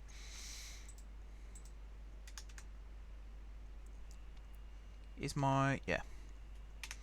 Alright, I'm going to close Railworks. I think it's my end, Josh. I wouldn't worry about the scenario. I think the scenario is fine. I really wish I could have seen Peterborough Station, though, because I imagine there would have been lots of trains running around there. One thing I would look at, though, if you test it again, Josh, is where that Azuma passes and see if there's some issue there. There are plans to make the service half-hourly with a new loop on the Abbey line that the council want. I genuinely think the Abbey line needs more than that. I think even if they don't extend it to Hatfield, they should do something to do with light rail between Watford Junction and St Albans.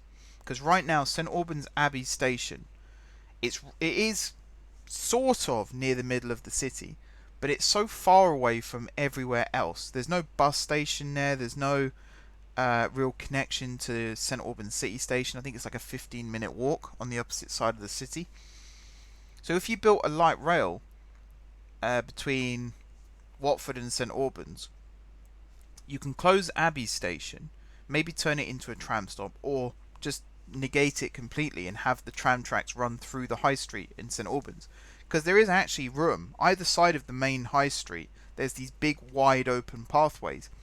And I think it's I don't even know if it's north, south, east or west, but one particular side of the road is a lot wider than the other side. You could probably fit a couple of tram tracks down there and still have enough room for people to walk by. The one thing you have to be careful of, though, is it is a marketplace there, so maybe that wouldn't work. But the other side of the road, then, you can say you can use that for trams instead. It's, you know, little ideas like that. It's not worth sort of dismissing straight away. Sometimes you have to kind of sit and look at it and think, okay, this might actually be worth it. But anyway, as I said, it's a shame that the game just doesn't seem to like me at the moment. I don't know what I've done to it. Apart from installing stuff from Armstrong Powerhouse and stuff like that, I've not done anything to particularly break the game. I've just always had problems with it crashing. And, I mean, the worst one was Somerset Hills, where the track file got corrupted. That was the worst crash I've ever had in any game ever. Because that's the most work I've ever lost. It took me like 10 hours to get that stuff back, which is really, really annoying. But yeah, if there's no more questions, I'll start wrapping things up. So Monday's stream and today's stream, I think, had the joint least questions. Monday's had 7, today's had 9. Tomorrow's has 13. So tomorrow is open TTD, same as always, 7 till 9. And I'm still not 100% sure what we're going to be doing in that. I've got some ideas, and there's something on the episode plans, but we might end up doing something a little bit different. It depends. Because I want to have a little chat about scheduled dispatch, and a couple of other things to do with the JGR patch. Nothing bad, just some thoughts I've been having about it. And then Friday is Cities in Motion 2, and there's a lot of questions for that one as well. Saturday is Football Manager, and I've tried to sort of mix things up with the questions there, so they're not all football related, because I know that not everyone here is a football fan like I am, so I've tried to make it more about the channel than about football, but Football Manager will be happening in the background. And then Sunday is the busiest stream. There's no gameplay planned yet. I will see what games I've got that I could play in the background. Might even just play some Siege while I'm answering questions. You never know. But we have 57 questions to get through on Sunday. So it might end up just being me sitting here chatting. Might even just have a video on mute in the background or something. Just something in the background while I'm just chatting. Because it's meant to be a stream where you guys can just talk to me directly. You don't have to worry about, you know, stuff going on in the background. But again, we'll see about that. If anyone has any suggestions, by the way, for what games they'd like to see during that stream, do let me know. Chances are if I've got it, I'll play it. Might even jump between several games. It all depends, really. I'm looking at my list at the moment. There's a few things. There's a few things we could play. Space Engineers is one of them. But I don't really want to name any, because I don't want to put ideas in people's heads if they don't want to see them. But yeah, I will wrap things up here. So thank you very much, everybody, for watching. Thank you to everyone engaging in the chat as well. To Josh, to Ben, to Kurt, to George, to Tom. Was that everyone? I think that was everyone on YouTube, and then on Twitch we also had Sparky and who else came in? Tuabud. I will remember tomorrow to change the name of the game on Twitch. So I will be streaming. All these streams are going up on YouTube and Twitch live, and then they'll be going up as videos on YouTube afterwards. So as I said, next Tuesday this will be going up as a video. So if you have missed it or you joined partway through or anything like that, you can always go back and rewatch it then. But yeah, thanks for watching. Oh, we had a, what was that? Subscriber? Follower? I don't even know. I'll find out in a second. Thank you though, whoever that was. Much appreciated. Oh, I know what I could do. I could get Streamlabs up. That will tell me.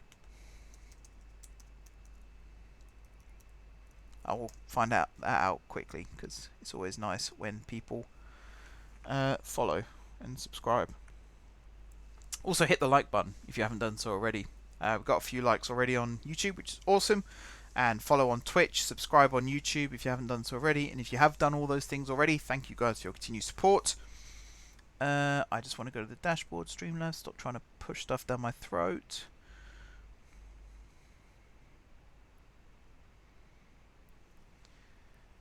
Mickey Siku, I've probably butchered your name. Apologies if I have, but thank you very much for the follow on Twitch. That is very much appreciated. What are you saying ow for? Oh, is that your ears? It's loud, isn't it? I might have to try and find a way to turn that down. But yeah, thank you everybody for watching, and until next time, I will see you soon.